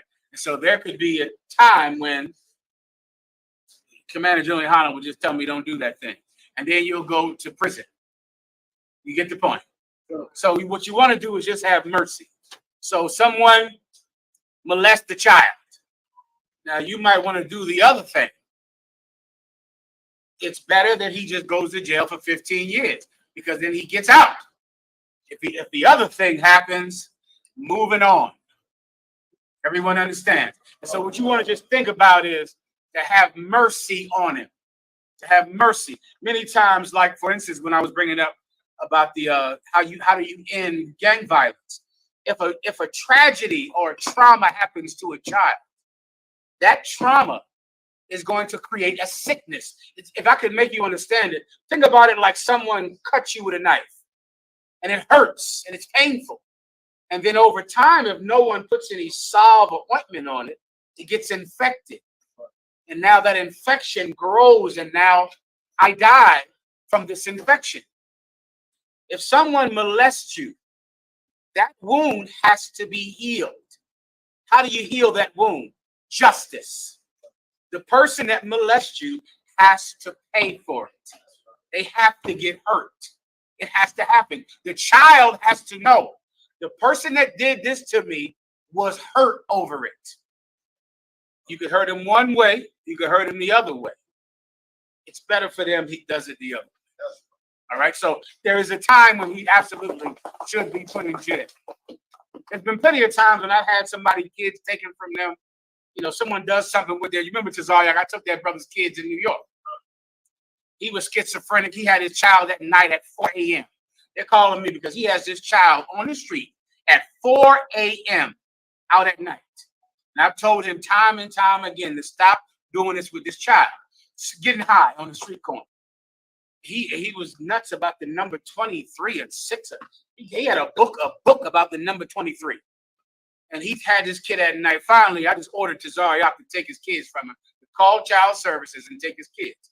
And they came and took his kids. And he's waiting for me outside of the headquarters to confront me when I don't get confronted confronted. And he came out there to confront me, and I jumped out the van and went to just like this, like to grab his neck. And I saw Corral. I always wanted to tell. I never even told Corral this. And I went to grab his neck to choke him.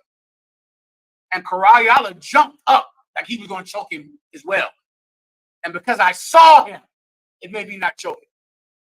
Because I went to go grab his neck. And I looked at Corral. I went to go grab his neck. And I saw him, and I go, I cannot get him in trouble. You get my point? I can't do this to him. And that's what saved that young brother's life. That's the fact. I'm just telling you the truth. We all fall short of the glory. Just know, you fuck with me, you might fall. I might fall of the glory of Jesus. It's a true story that happened. So yeah, it's better than I take your kids from you. I call child services on them. I get you locked up. Trust me, it's better. All right, just take my word for it. It's better than the alternative. Any other questions? Out of the FBI, got all that on tape, so they can follow my ass around more and more and more. Go ahead. The bottom line, I'm coming to you. Am I ready for my topic, or do I have any more questions? Solid. Let me start with the bottom line. Get him on camera. The bottom line, I've been meaning to get you on camera for a while.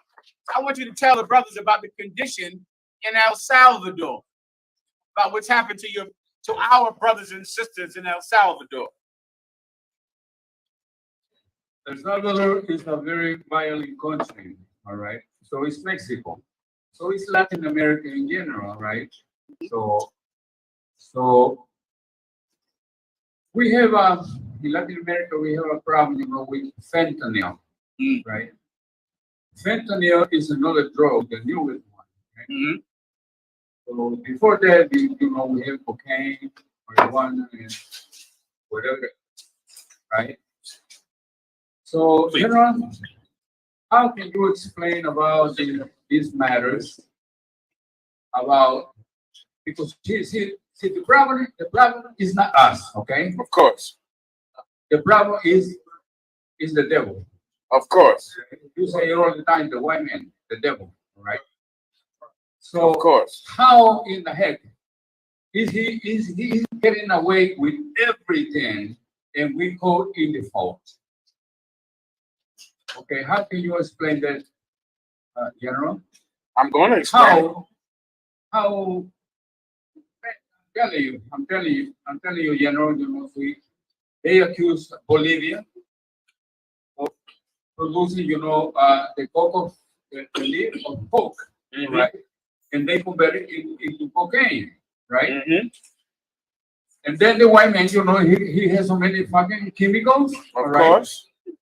and they convert it into drugs, and they deliver it to us into our neighborhood. Of course. We have to remember, you know, the time that we was clean, okay, until the Black Panthers, right? Listen, sir, ever since I came to the I.S.U.P.K, I learned history. All right, and that's the reason why I'm asking you to tell us, okay? Why? Okay, I'm gonna say they went to Vietnam, they went to Afghanistan, and they planned up, you know, and brought it over here, right? And delivered it into the black neighbors, into the Mexican neighbors, right? First of all, the Colombia was the number one country, you know, there was the one they say the manufacturing of cocaine. Now it's Mexico. Colombia doesn't have any anymore. Okay, now let me bring this point again. El Salvador is the one who is calling, okay, all the trafficking coming from South America, from Ecuador, from Colombia, okay, to the United States. But United States is still saying we're in El Salvador. El Salvador is a place right now with everybody. El Salvador is the most peaceful country in Latin America today, even though the president is a Salvadorian. He's a Palestinian. I bring it up. Okay? Even though the Mexicans, they don't want to combat, you know, the gangster in Mexico. Okay. I follow politicians. It's not because I love them. I never vote for nobody. The only one I'm voting is for Jesus Christ. That's right. I follow them because I like to follow, you know, the flesh of them, the lives of them. All right. So, can you explain how they use drugs and put it in our neighborhood? I will. Let me ask you a question first. Go ahead. Another question. Tell us, what was it like growing up in El Salvador? What was it like when you were there? What was your life like there? Sir, let me tell you. I left El Salvador because the United States government promotes, okay, violence in our country. Explain. Yes, What do you promote explain that? What do you mean by that? Sir, when in El Salvador, you know, have about 20 years of violence. Okay, in the civil war, the government against the people. Okay, and we fought each other. And when we get time of fighting each other, guess what we did? We flew to the United States. When they told me they was going to kill me, I said, ain't no Mexicans going to kill me. I got to go. I left. And guess what? El Salvador Army, there was it is today, okay, the Street 18. The guerrillas is the Mara 13, okay? The Mara 13, all right? And then the CIA, the one who promoted the infiltrates when we was over here in California, all right? And then they show us the art of gangs. Who chose the gangs? United States, the CIA. And guess what? And when we learned the art of gangs, they start deporting us. And when we get back over there, okay, we start killing our peoples over there. That's right. That's the case today, sir. And that's the case today. That's where the MS-13 and those gangs come from El Salvador, created by the CIA. Exactly. Exactly. So the Bible says, I'm going to say it one time in front of you, everybody, the devil is the fucking liar. Give him a hand.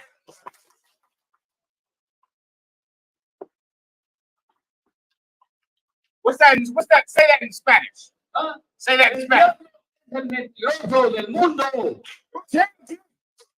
Diablo, say it again. Chingue a su madre. Sí.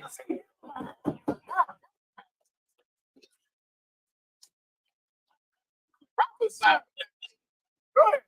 Sir, Please. let me tell you one more thing. Okay? The government of El Salvador, which is the Palestinian, he captured everybody, okay? He put it in prison. Okay?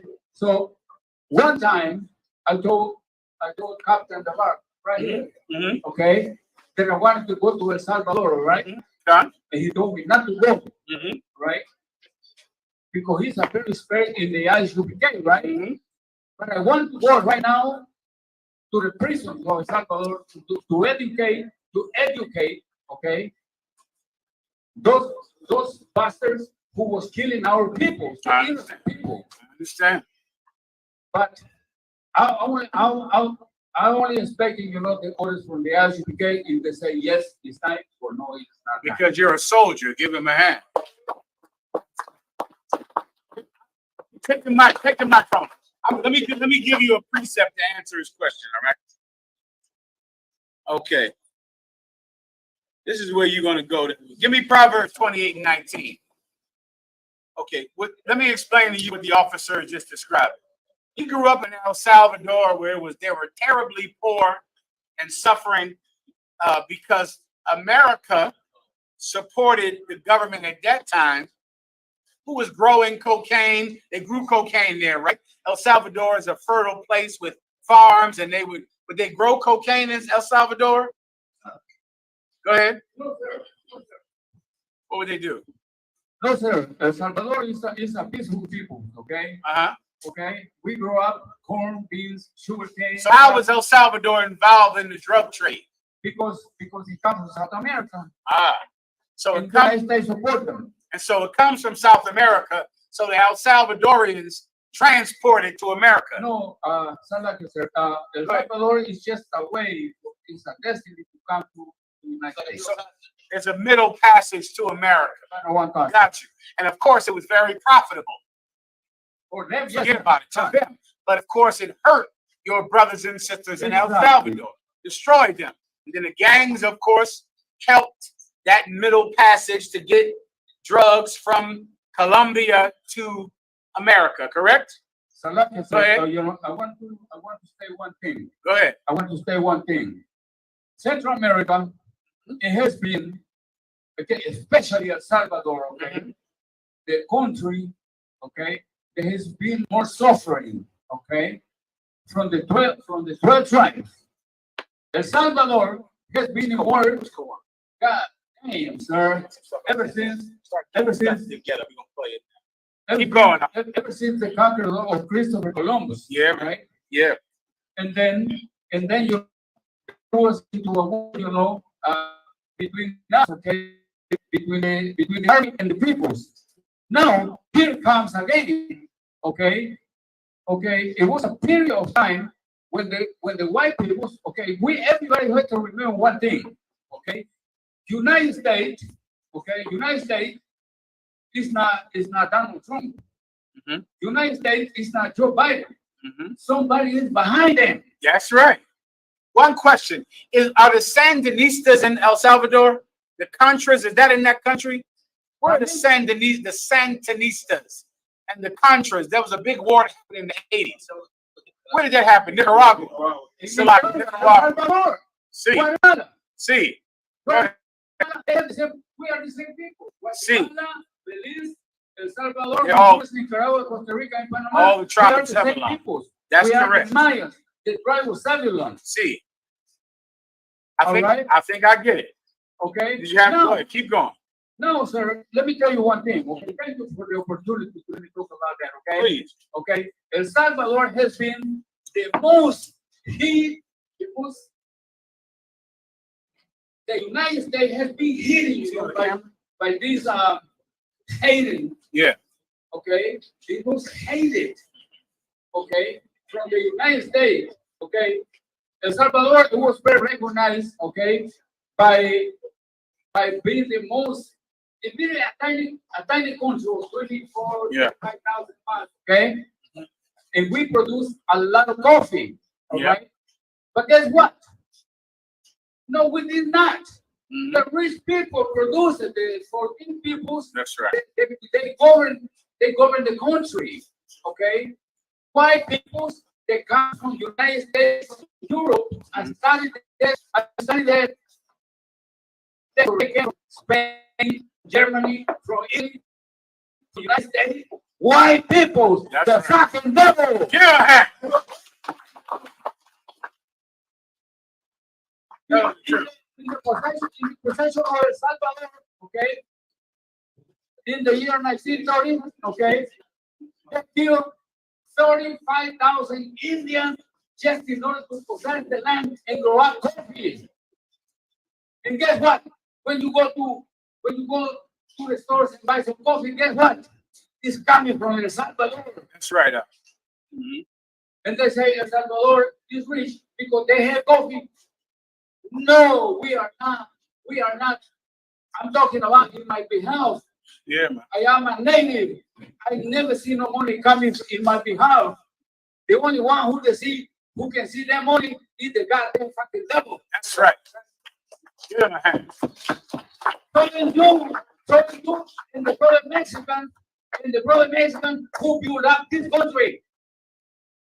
Damn right. Just I remember, sir. I remember when you gave me about the ISUPK. Okay, the ISUPK is a donkey. It's a fucking strong animal. That's right. Very domesticated. That's right. Very strong. That's right. And here we are. And forget the Negro. That's right. Without the Negro, shit, the United States is nothing. That's right. Give him a hand. That's right. One more time. Sir General, okay, thank you for the opportunity to claim what I'm saying right now.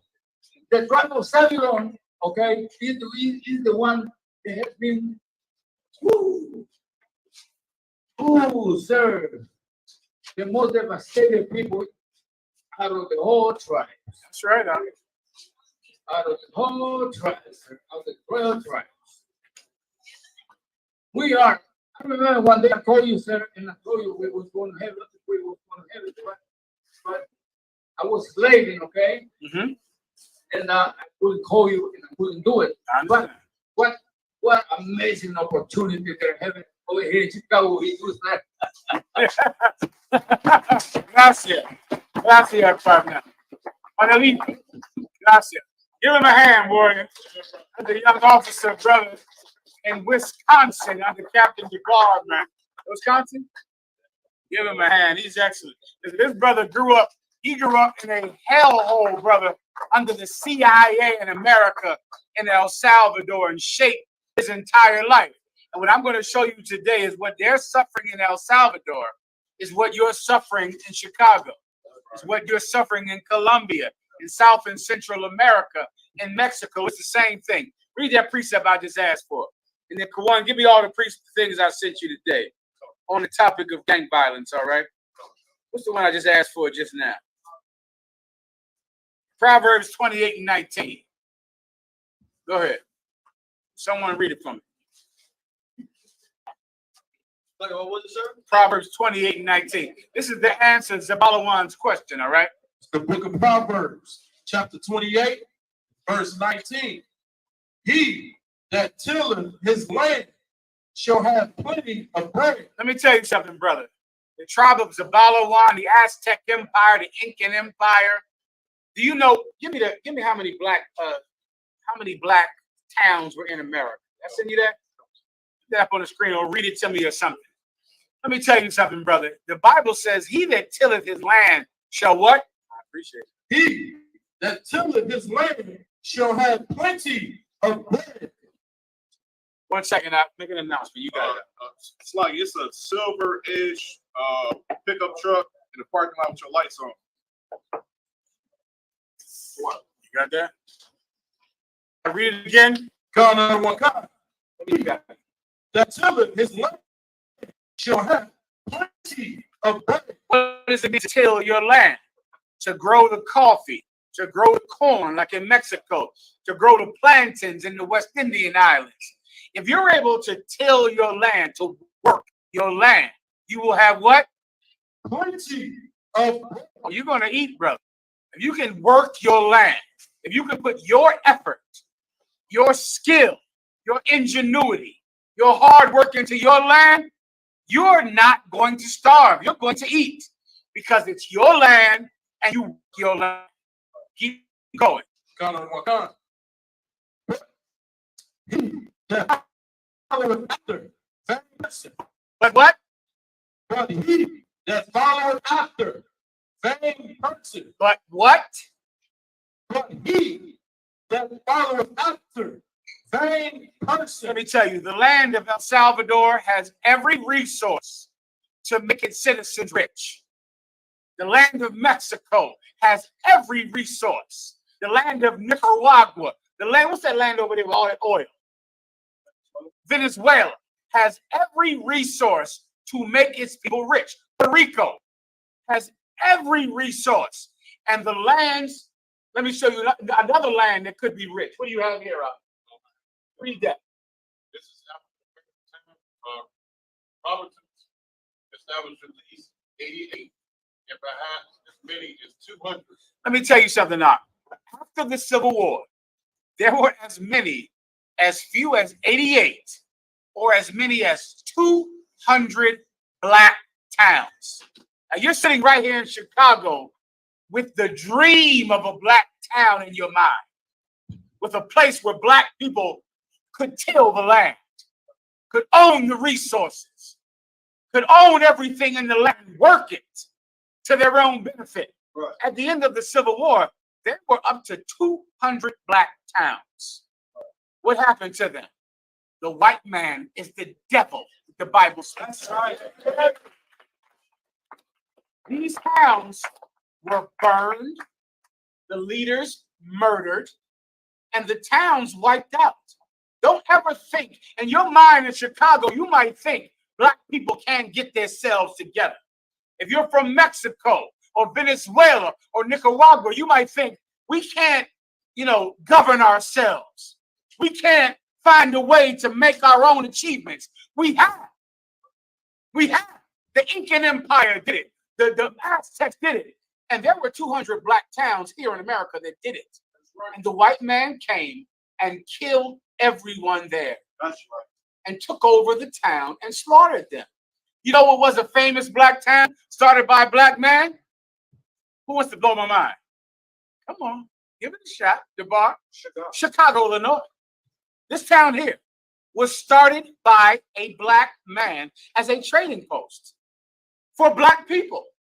And they came and stole it and took this town that you're in was started by a black man for black people. And there were 200 of these everywhere, not just in South and Central America, not in Mexico, but here where you're standing tonight. If you could work your own land, have your own products, build your own society, you would not lack bread. But he that trusts in a vain person, keep going. Black towns throughout the United States during the late 19th and early 20th centuries.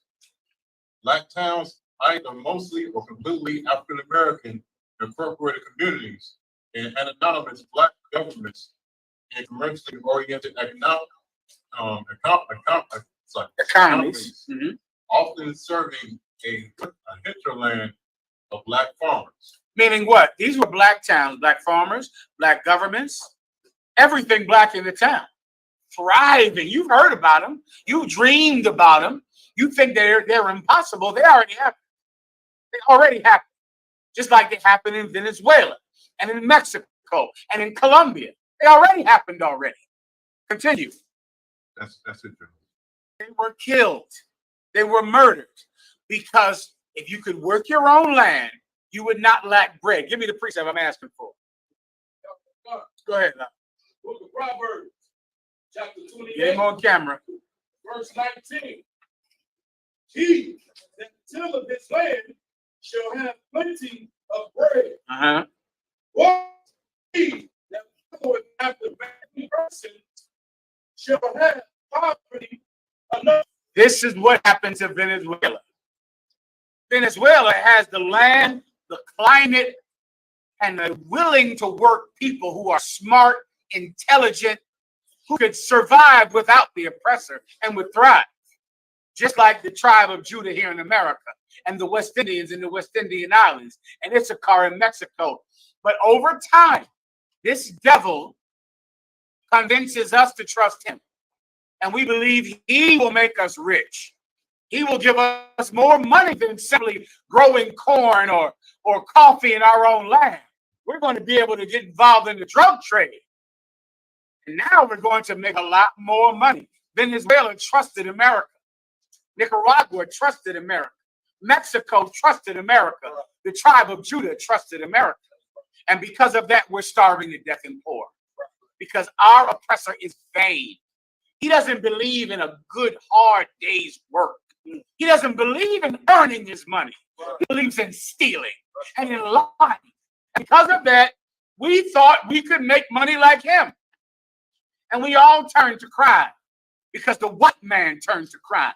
And we all thought it would be better for us. We all thought we could make more money than just simply saying, listen, man, this is our land. We're going to grow corn. We're going to grow crops and coffee, and we're going to get down. We're not going to get involved with the drug trade. No. Our leaders were seduced. And then the leaders that didn't get seduced were just murdered. Were just killed. And now here we are here, suffering and begging some devil in South, Central, and North America for food. Now here we are today, in poverty. The reason that people sell drugs in Chicago and get involved in the drug trade in Mexico and get involved in the drug trade in South and Central America is because they're poor. That's it. And that's all you need. All you need is for a man to starve and to put him in desperation. And then he will do anything for his children. Some brother, where's Yashakar at? Yashakar one day called me, brother. He teaches me Spanish. I'm terrible at it, but he's trying the best he can to teach me Spanish. Yashakar in charge of I.S.U.P.K. Mexico. And he told me one time, Mark, he said, what do you do when you hear your children crying for food? They're crying, they're screaming because they need food. Then what do? Not commit a crime? Not sell drugs? What in the F do you do when they're in Mexico yelling? And there's a cry that I have never even heard of a child being hungry and you can't feed him. That's something that a lot of us have never heard. I've never heard that cry that a child has when you know this is about food. And you're rocking and kissing and shaking and trying to make them calm down. But they need to eat, and you don't have it. That's what Yashakar heard growing up. That's what the brother heard in Venezuela. He heard that sound that will break your heart. That sound is why people sell drugs. That sound. It's why they do it.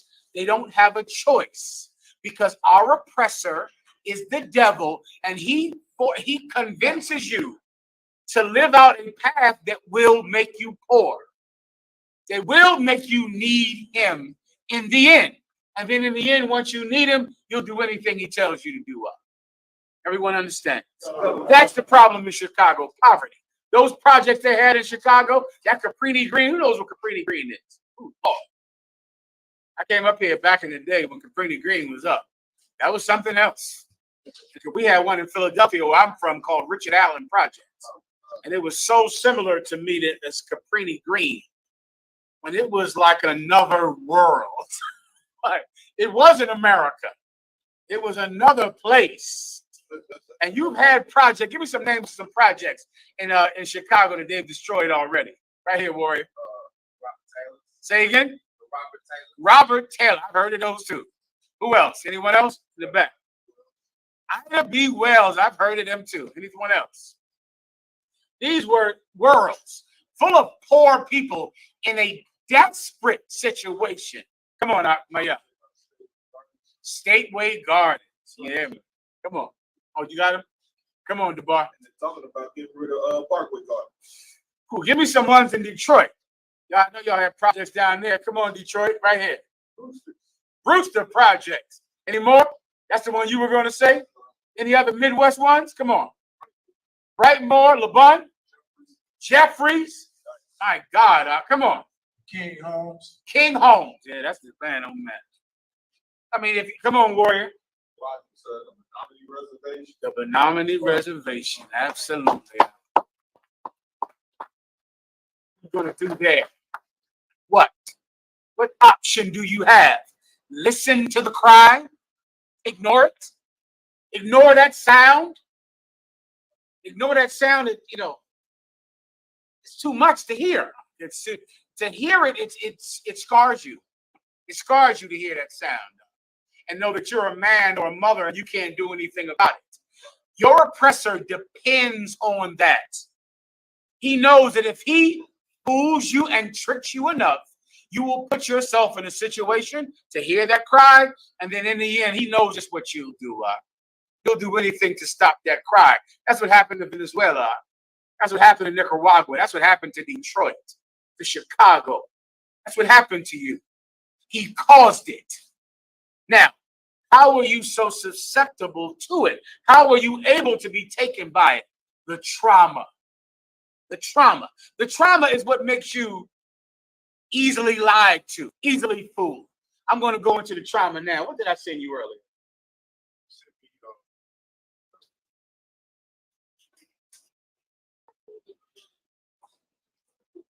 Anyone you have. You got the precepts, I'll take them. Send me the Baltimore Bishop I don't even remember that one. about the pro-China operatives. Say it again. About the pro-China operatives. Okay, not that. That's about the purple pigs. I'll get that in 1 second. That's a good one too. What else did I say? My house. Yeah, I'll take this one. Now, okay, now, what I'm trying to explain to you today, what I'm hoping that I can get across to you, is how do you become susceptible to the lies of white people? It doesn't just start, it doesn't just start out of nowhere. The white man puts you in a position and weakens you enough so where he comes to you with a plan to help you, it seems beneficial to you. By the time he comes to you to sell drugs, it seems like, yes, I should sell drugs, but there's a path to get there. It's the long game.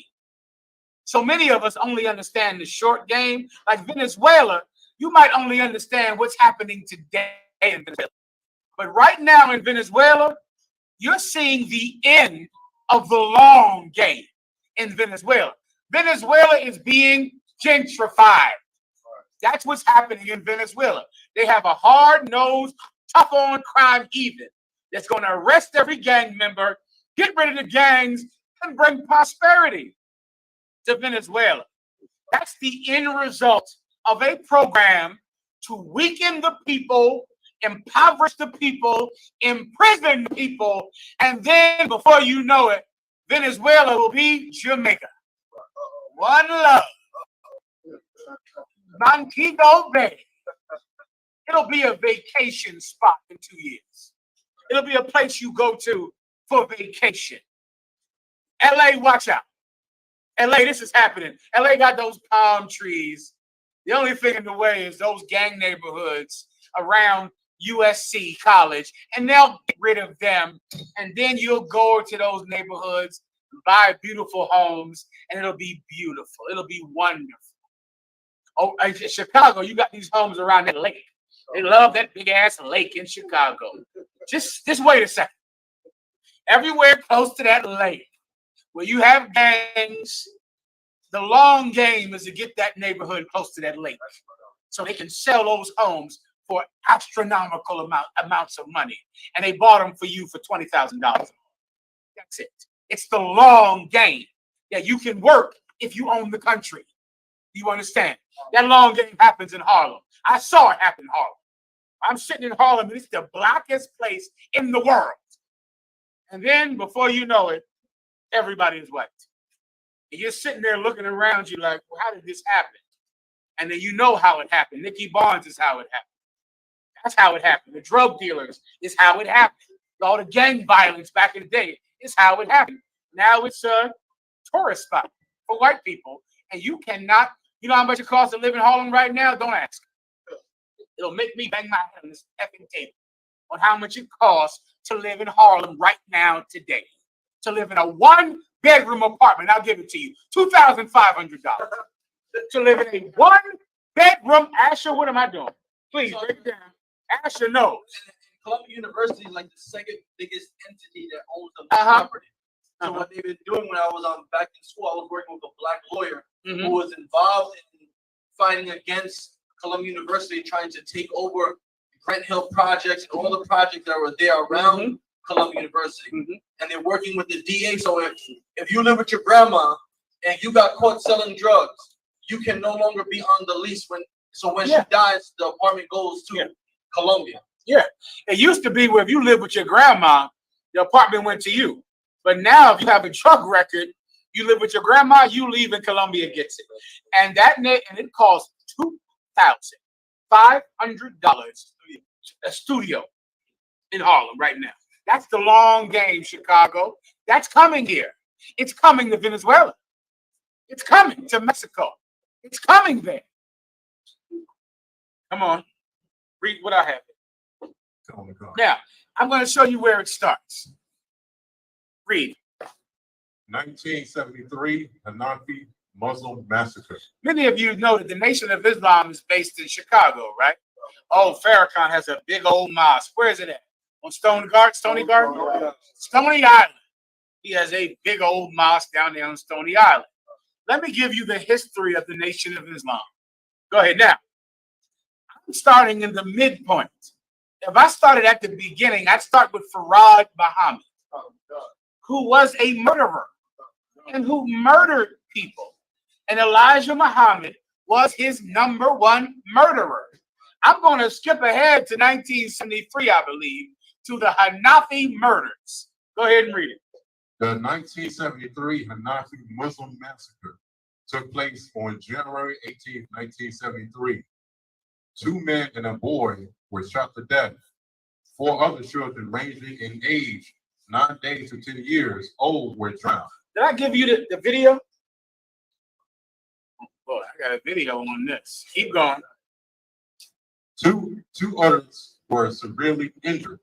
The murders took place at 7700 16th Street in Washington, D.C.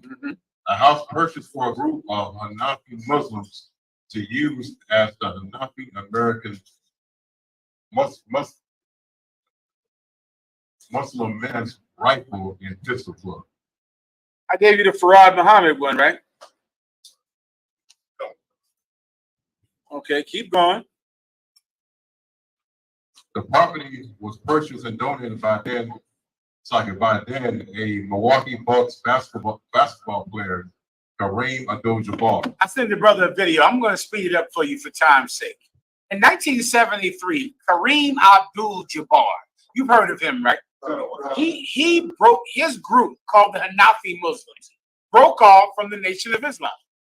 Skip down. Someone read this for me out fast. The whole story and nonsense. I'll start saying it. You tell me when I'm caught up with it. He bought a home for them to have a school. But the problem is the leader of that organization sent 50 letters to 50 mosques in the Nation of Islam saying that Elijah Muhammad was a false prophet. He was not a good leader. He was evil. He was wrong. Kareem Abdul-Jabbar broke off with this group that believed that, what's his name? Elijah Muhammad was a false teacher and sent 50 letters out to 50 mosques. They went to mosque number 12 in Philadelphia. which I grew up knowing about Mosque number 12. They were, you know, JBM or the evilest drug dealers in the world, right? And they went to Washington, D.C.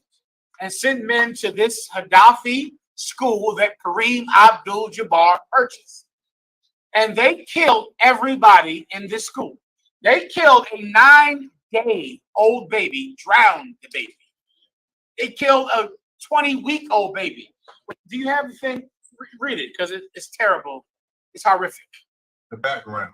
At the time of the murders, Black Muslims were known as the Nation of Islam, NOI, and then changed their name to the World Community Islam in the West. Muhammad Abdul-Ahad was originally a Roman Catholic and a Seventh-day Adventist, born in Gary, Indiana. As Ernest Timothy McGee, he converted to Sunni Islam, and on the advice of his Islamic teacher, Tesabul Arden Rahman, infiltrated the Black Muslims. I'm going to skip that. Skip down. Go down. Bring the map.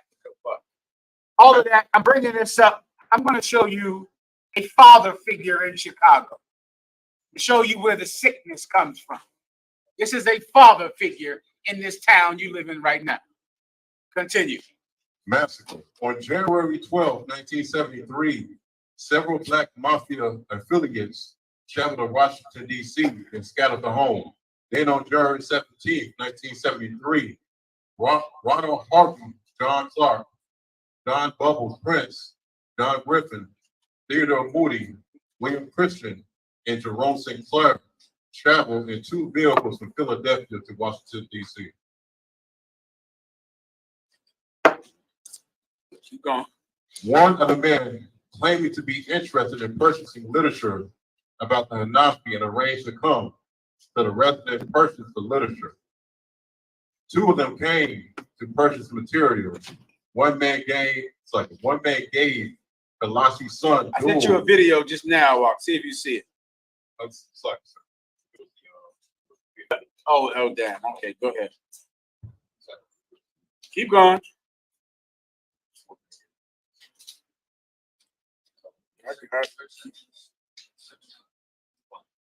I just want to get to the murders for time's sake. Keep going.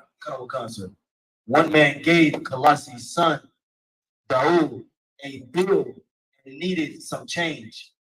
Daoud left the room to get change, and upon returning, he was told, this is a stick-up.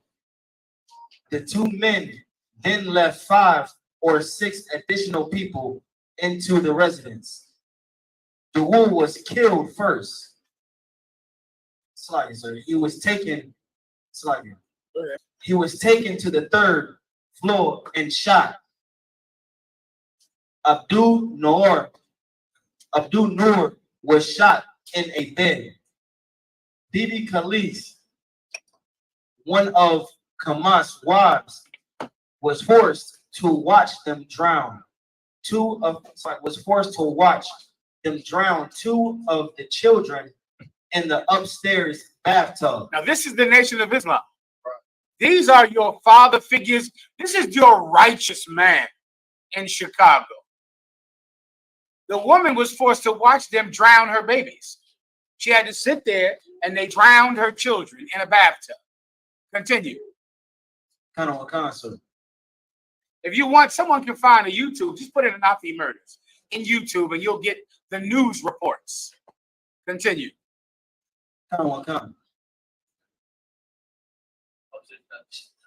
Upstairs bathtub, and she was also taken to the basement where she was forced to watch them drown her 9-day-old granddaughter in a sink.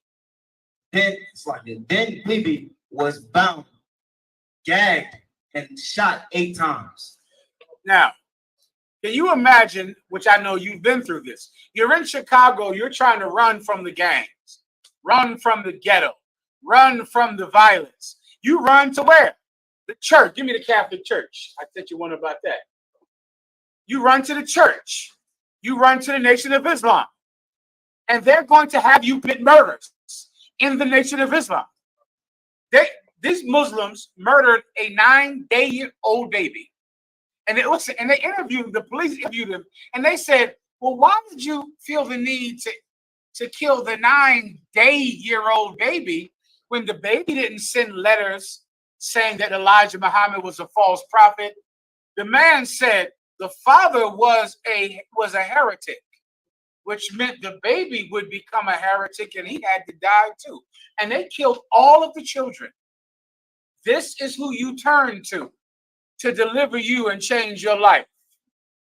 The problem with Chicago is your authority figures are immoral here. Your mayor is immoral.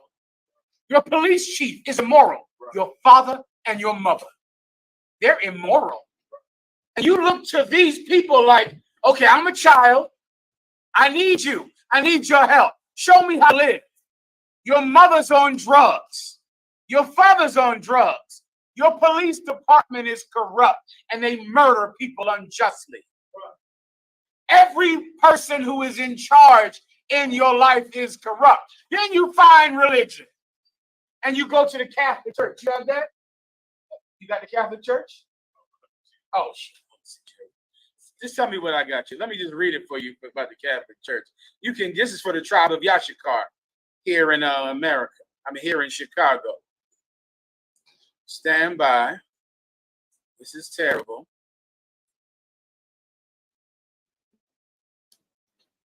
I told you that Chicago is America's most corrupt city. Did I tell you one about Farad Muhammad?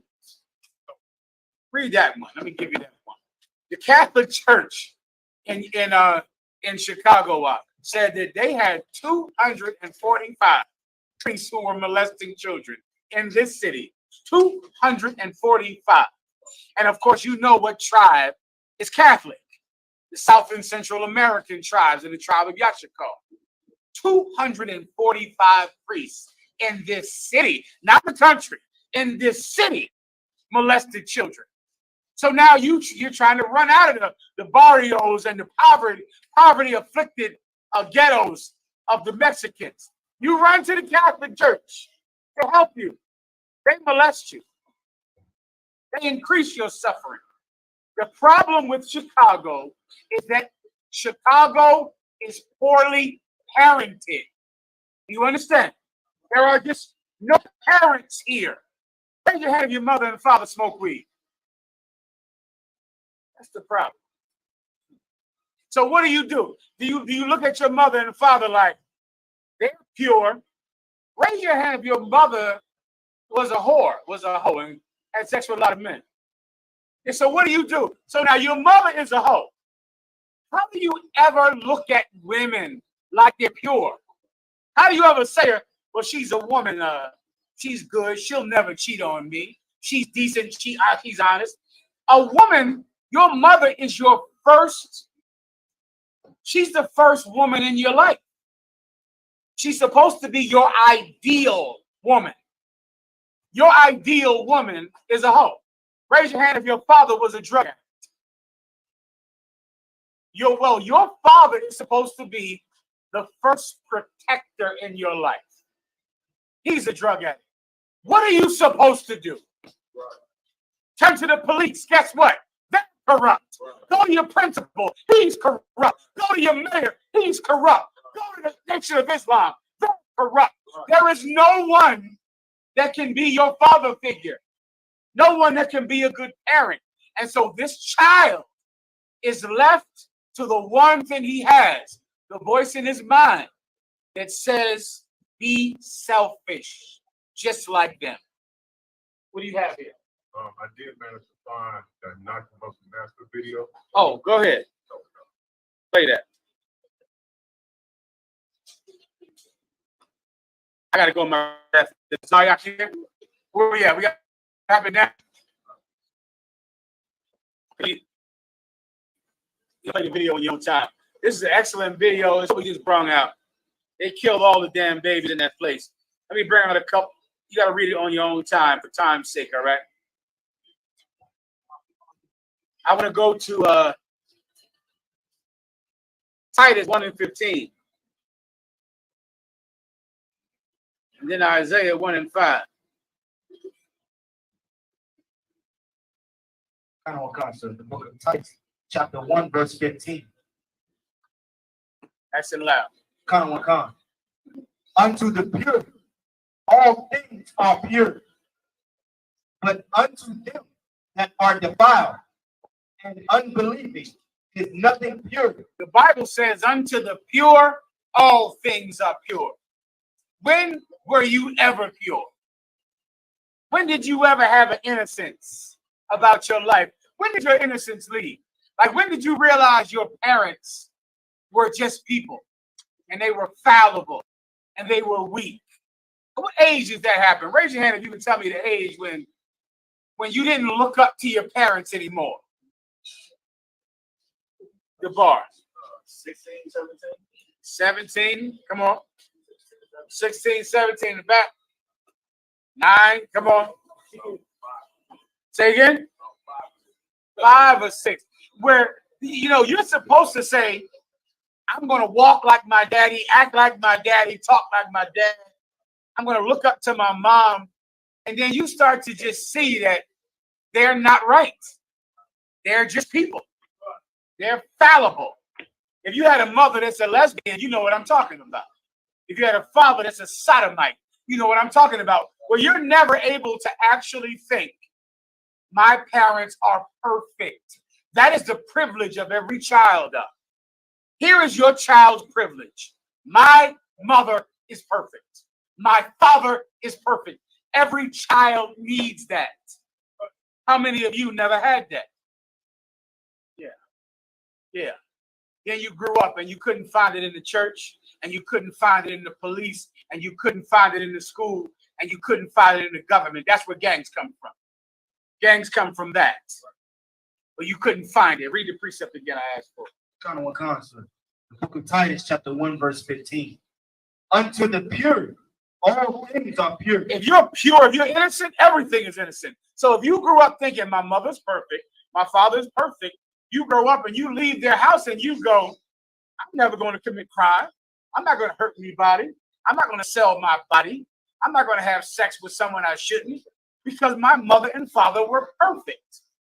Everything is perfect to me because I'm perfect. My mother and father were perfect. I'll never dirty myself with that kind of behavior. Unto the pure, everything is pure. Keep going. Kind of con. But unto them that are defiled. But them that are what? Defiled. What age were you defiled? 6 years old, 9 years old, 13. By 13, forget about it. By 13, it's time to murder some people. By 13, it's time to really get it on. At 13, because you're so filthy by then. You're so dirty by 13. Unto the defiled, keep going. And unbelieving. And you don't believe in anything. You don't believe in right and wrong, in righteousness, right, in good and evil. That means nothing. Here's what you believe in: getting what you have to get. Selfishness, because that's how your mother was. That's how your father was. That's how your mayor is. That's how the Nation of Islam is. That's how your Catholic Church is. Yashika. Microphone. Next precept I asked for in Isaiah. Growing up, a lot of times you get to see, parents when their kids start, acting out, or they can't control them anymore. And I see them a lot even today where, they say, man, why he acting like that? Why she acting like that? But then there's an example. But when you tell them, well, it's because he looks up to you. Yeah. He sees what you do. They don't, but he can't, or they can't. I'm an adult. I'm a grown up. Of course. So I think that's like what you're saying. Islam. That's exactly what I'm saying. Give me him a hand. Give me Isaiah 1 and 2. This is my last one. If you want to know if you are a piece of garbage, parent, let me explain. Let me give you one sentence you'll say. But I'm grown. You're a piece of garbage. That's it. You need the next car accident. You need the COVID-19 virus. You need that because you are a piece of trash. but I'm grown. Yeah, I'm smoking weed, I'm getting high, but I'm grown. Yeah, I'm having sex with all these men, but I'm grown. But I'm grown. You are a piece of trash. Please. That reminds me of this video I watched about a sister crying to her baby dad, saying she doesn't want her son no more, and she wants to go out and club and party and vacation, and she just tired of being a mom. She don't want to be. She wants to give it up so she can go live a free lifestyle. Yeah. Well, listen. If I could make you understand one thing tonight, I want you to understand this. Look at her mom. That's what you need. That's where it comes from, and that's what you got to get when you're seeing, kids murdering each other over being a gangster disciple or a black disciple or this and that, and you're looking at it like, this is terrible. Someone needs to do something about this. Someone created it, and if you don't deal with who creates this, you can never stop this. Parents make bad children, and in a society, you have the parents in the home, you have the parents at school. You have the parents in police cars. You have the parents in city government. You have the adults that are supposed to be better than the kids. In Chicago, you have terrible parents at every stage of government, starting with the home, ending with the mayor's office. LeBun.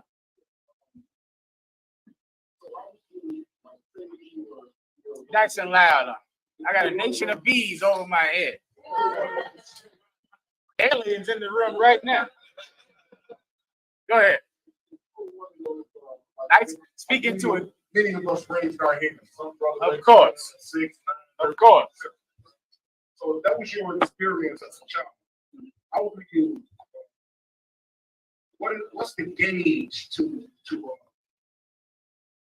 determine whether or not you're giving your kids too much now? Because, like, my personal experience. Of course. Because how I was surprised, I tend to spoil my kids.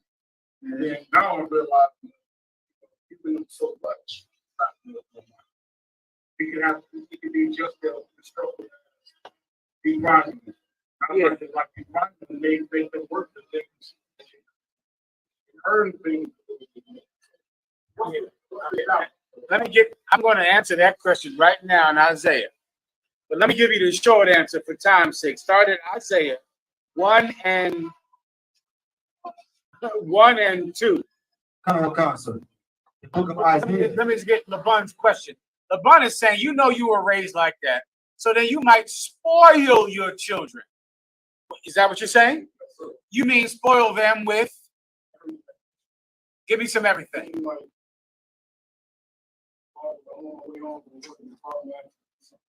Bicycles, video games, Amazon, toy cars. Forget about those videos. I got you. Because you knew what? You grew up with what? With none of those things. Let me help you out. I'll explain. You're not hurting a child because he doesn't have video games. You're hurting a child because of the traumas you cause him. And your parents caused you those same traumas. Let me give you something that you shouldn't give him. Don't ever argue with your wife in front of them. Start it. You start that.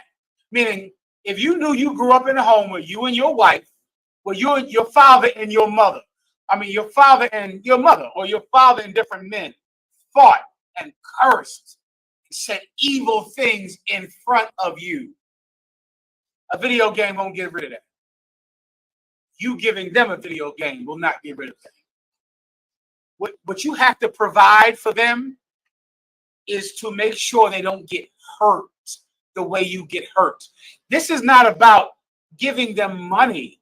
It's about not giving them trauma. You want to not give them the trauma. Don't do that to them. Don't smoke weed. Don't do that. Don't smoke cigarettes.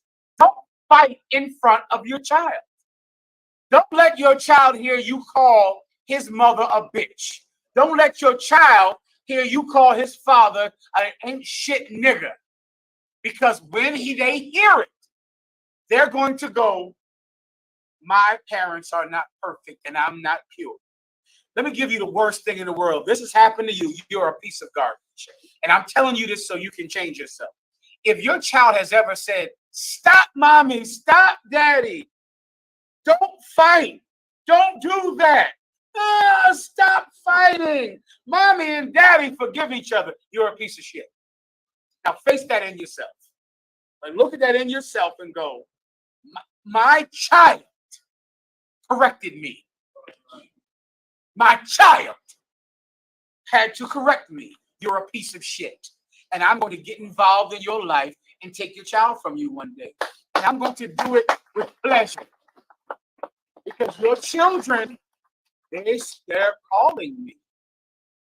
They start to call me. I give them my card at events like this. I'm going to give some of your children my card this weekend. And they're going to call me when you argue and when you fight. So you can hand them, money. But if your child are going, stop it, stop arguing, mommy, no. If you're arguing with her and they start to cry, you're a piece of shit. You're hurting them. You're traumatizing them, and they're going to hurt people because you hurt them. Come on, quickly, I gotta go. Come on, sir. The book of Isaiah, chapter 1, verse 2.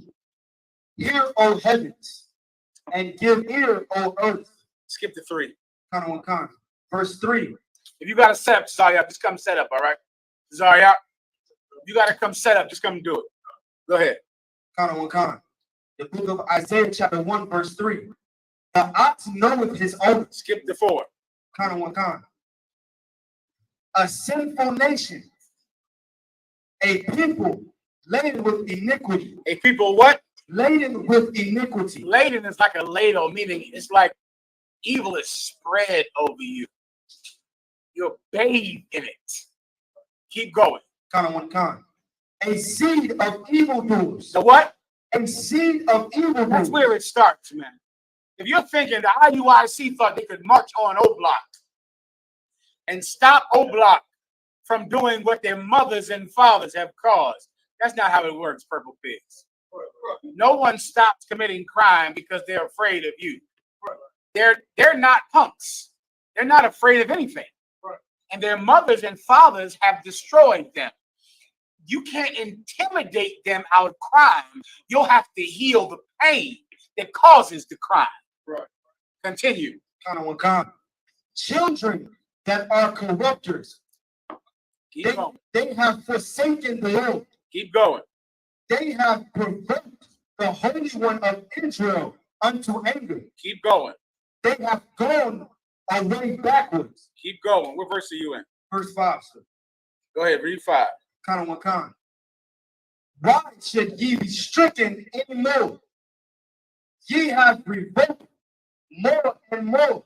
Why should you be hurt anymore? Haven't we been hurt enough in Chicago, in the Midwest? Are you telling me that you're still smoking weed and arguing and fighting in front of your children? Let me tell you something.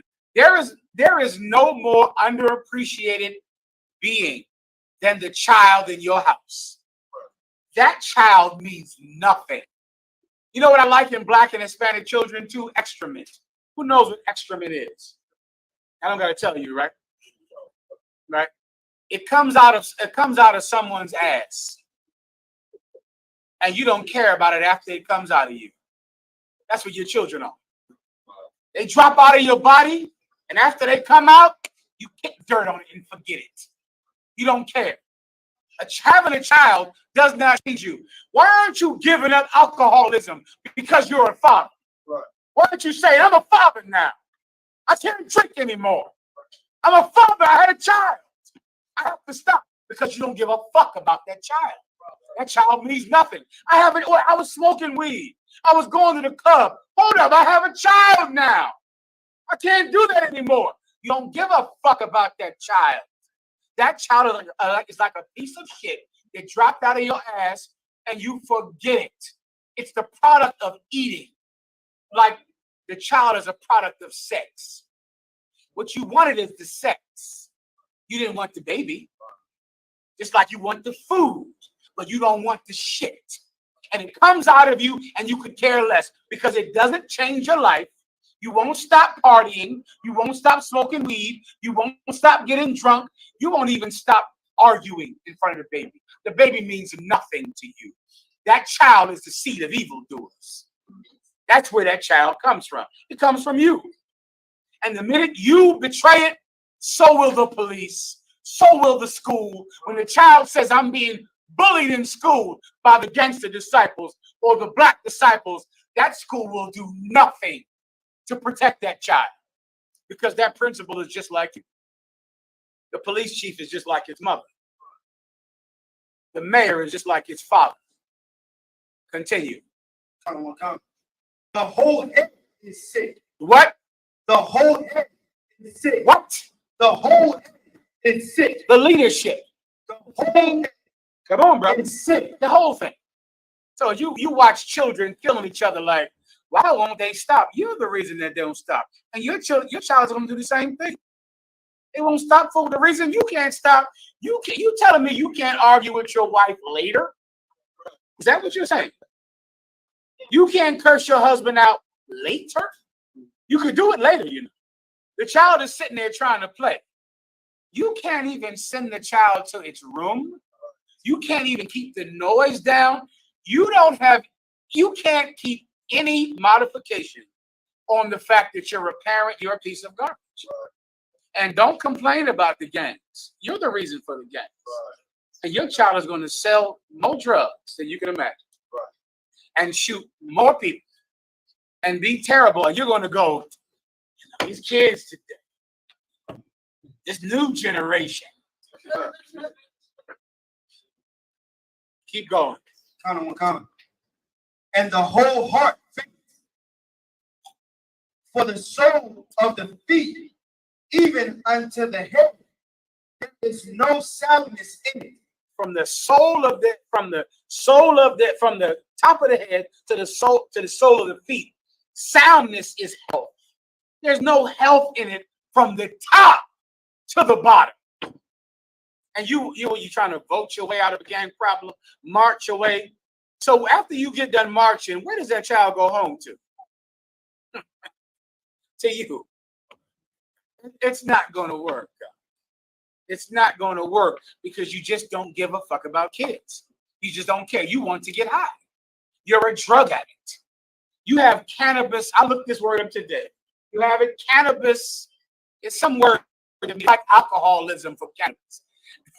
I love the word alcoholism because every alcoholic I've ever counseled can never say they're an alcoholic.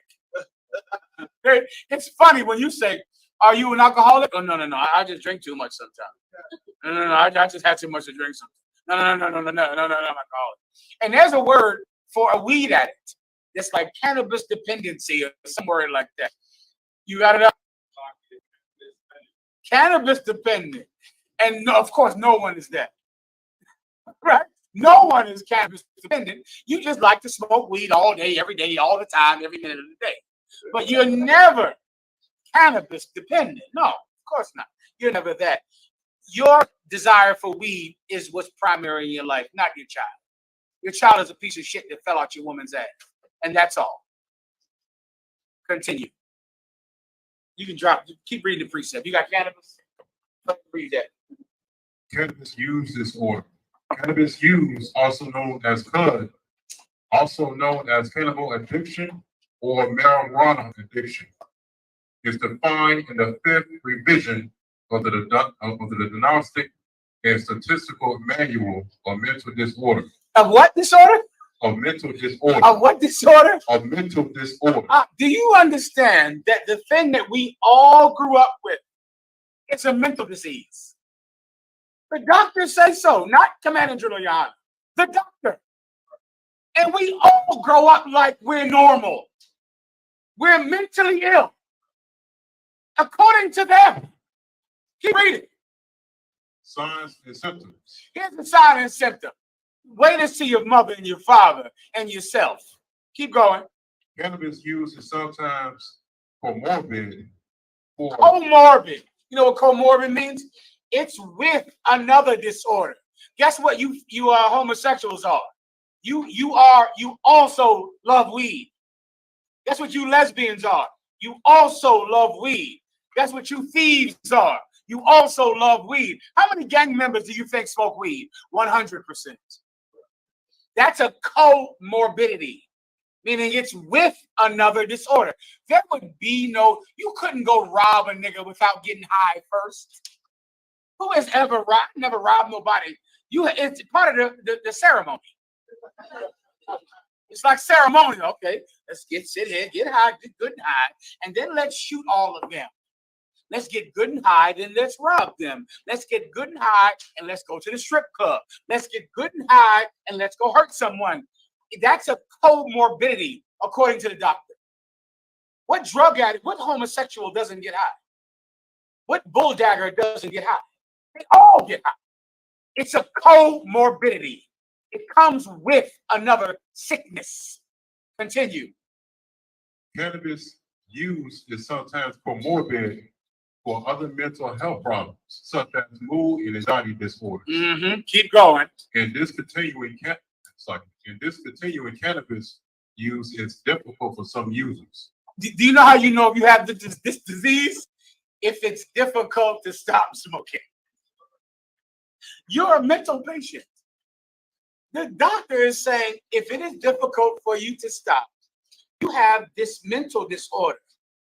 You're sick and you're trying to raise kids. Yes, they're in a gang, huh? Why the F not?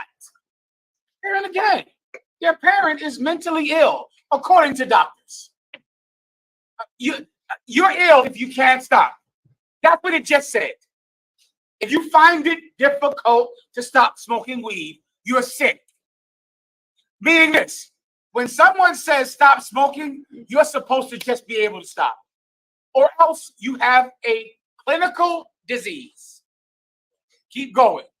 Psychiatric comorbidities are often present in dependent cannabis users, including a range of personality disorders. Some of you think you're transmorphic, transgender. You think you're a man instead of you're a woman, and you're a woman instead of you're a man.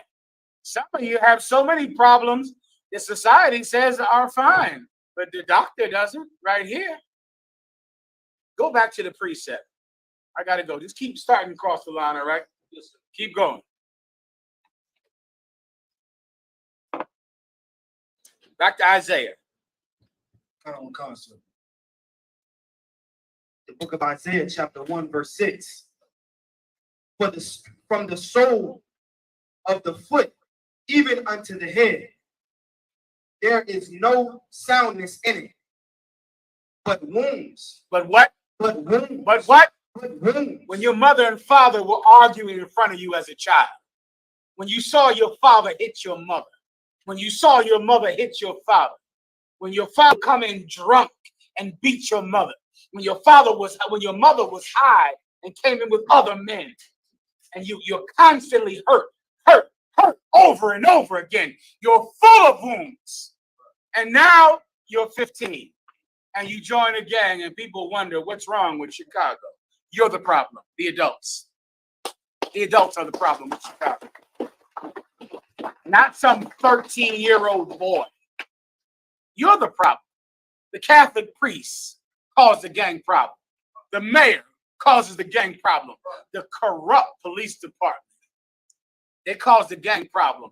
And the number one authority figure are the parents. And you cause the gang problem. We had a hand up over here. Right? Get this brother right here next to you, Mama Quiet. You had your hand up? No sweat. Keep going. Kind of one concert. But wounds and bruises. And what? And bruises. This is it up.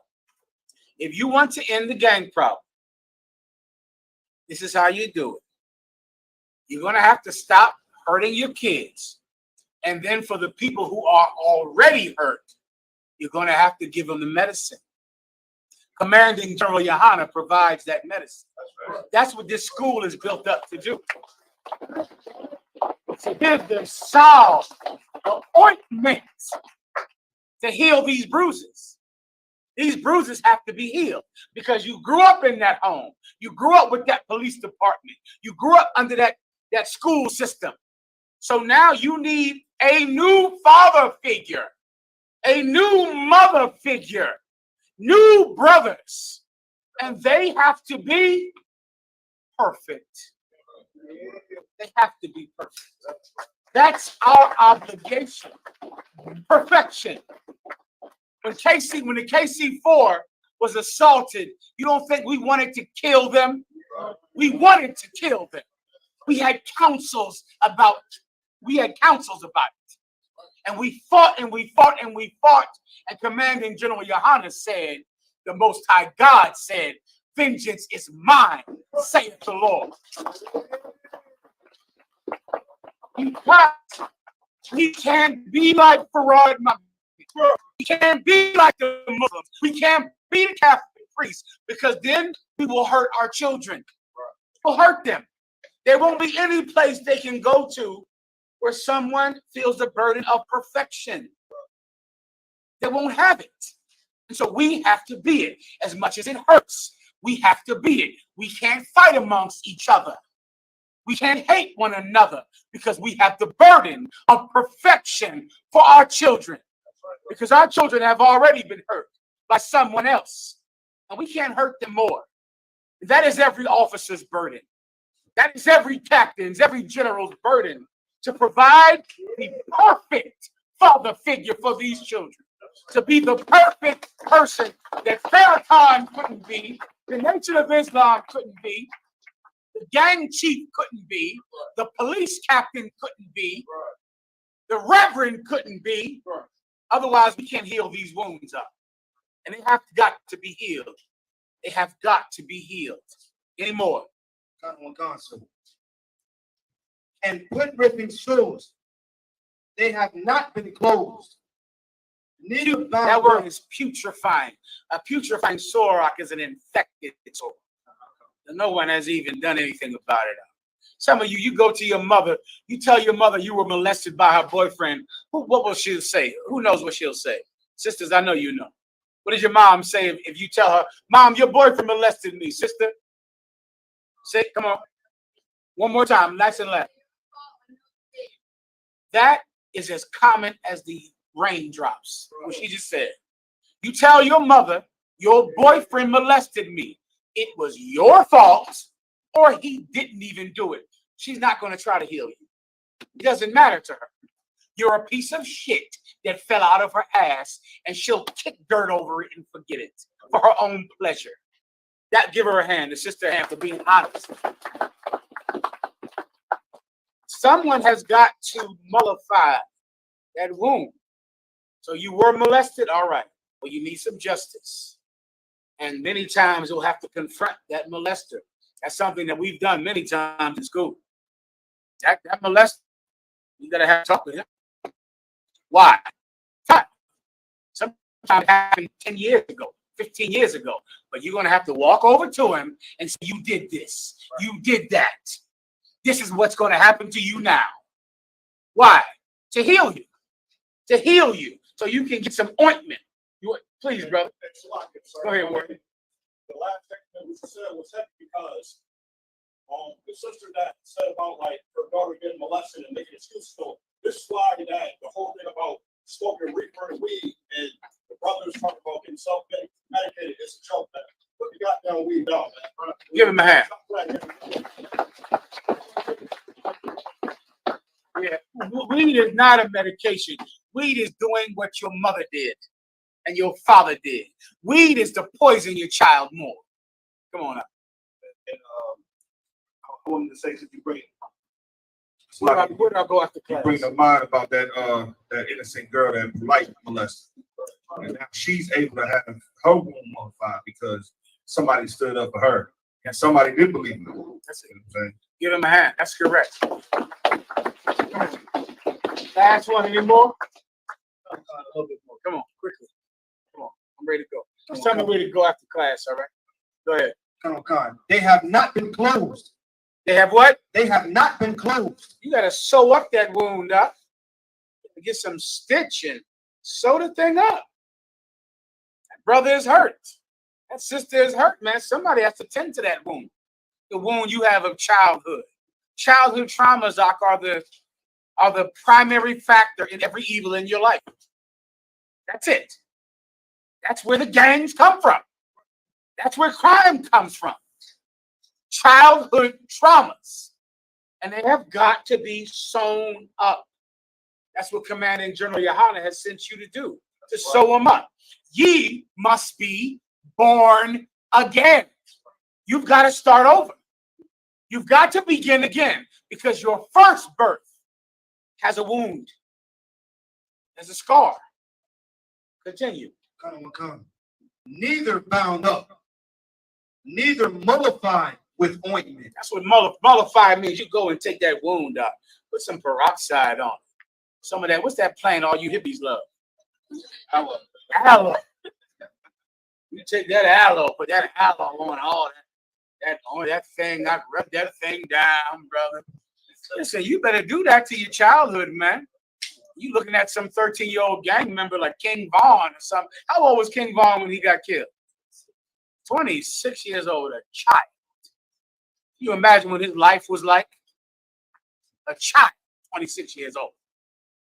Why not? Why not be just like him? Go look into his mom and pop. I haven't, but I know what I'll find if I do. Everybody understands, right? Well, what's the duck one? What's his name? FB what? Yeah, I don't know anything about him. I know everything about him.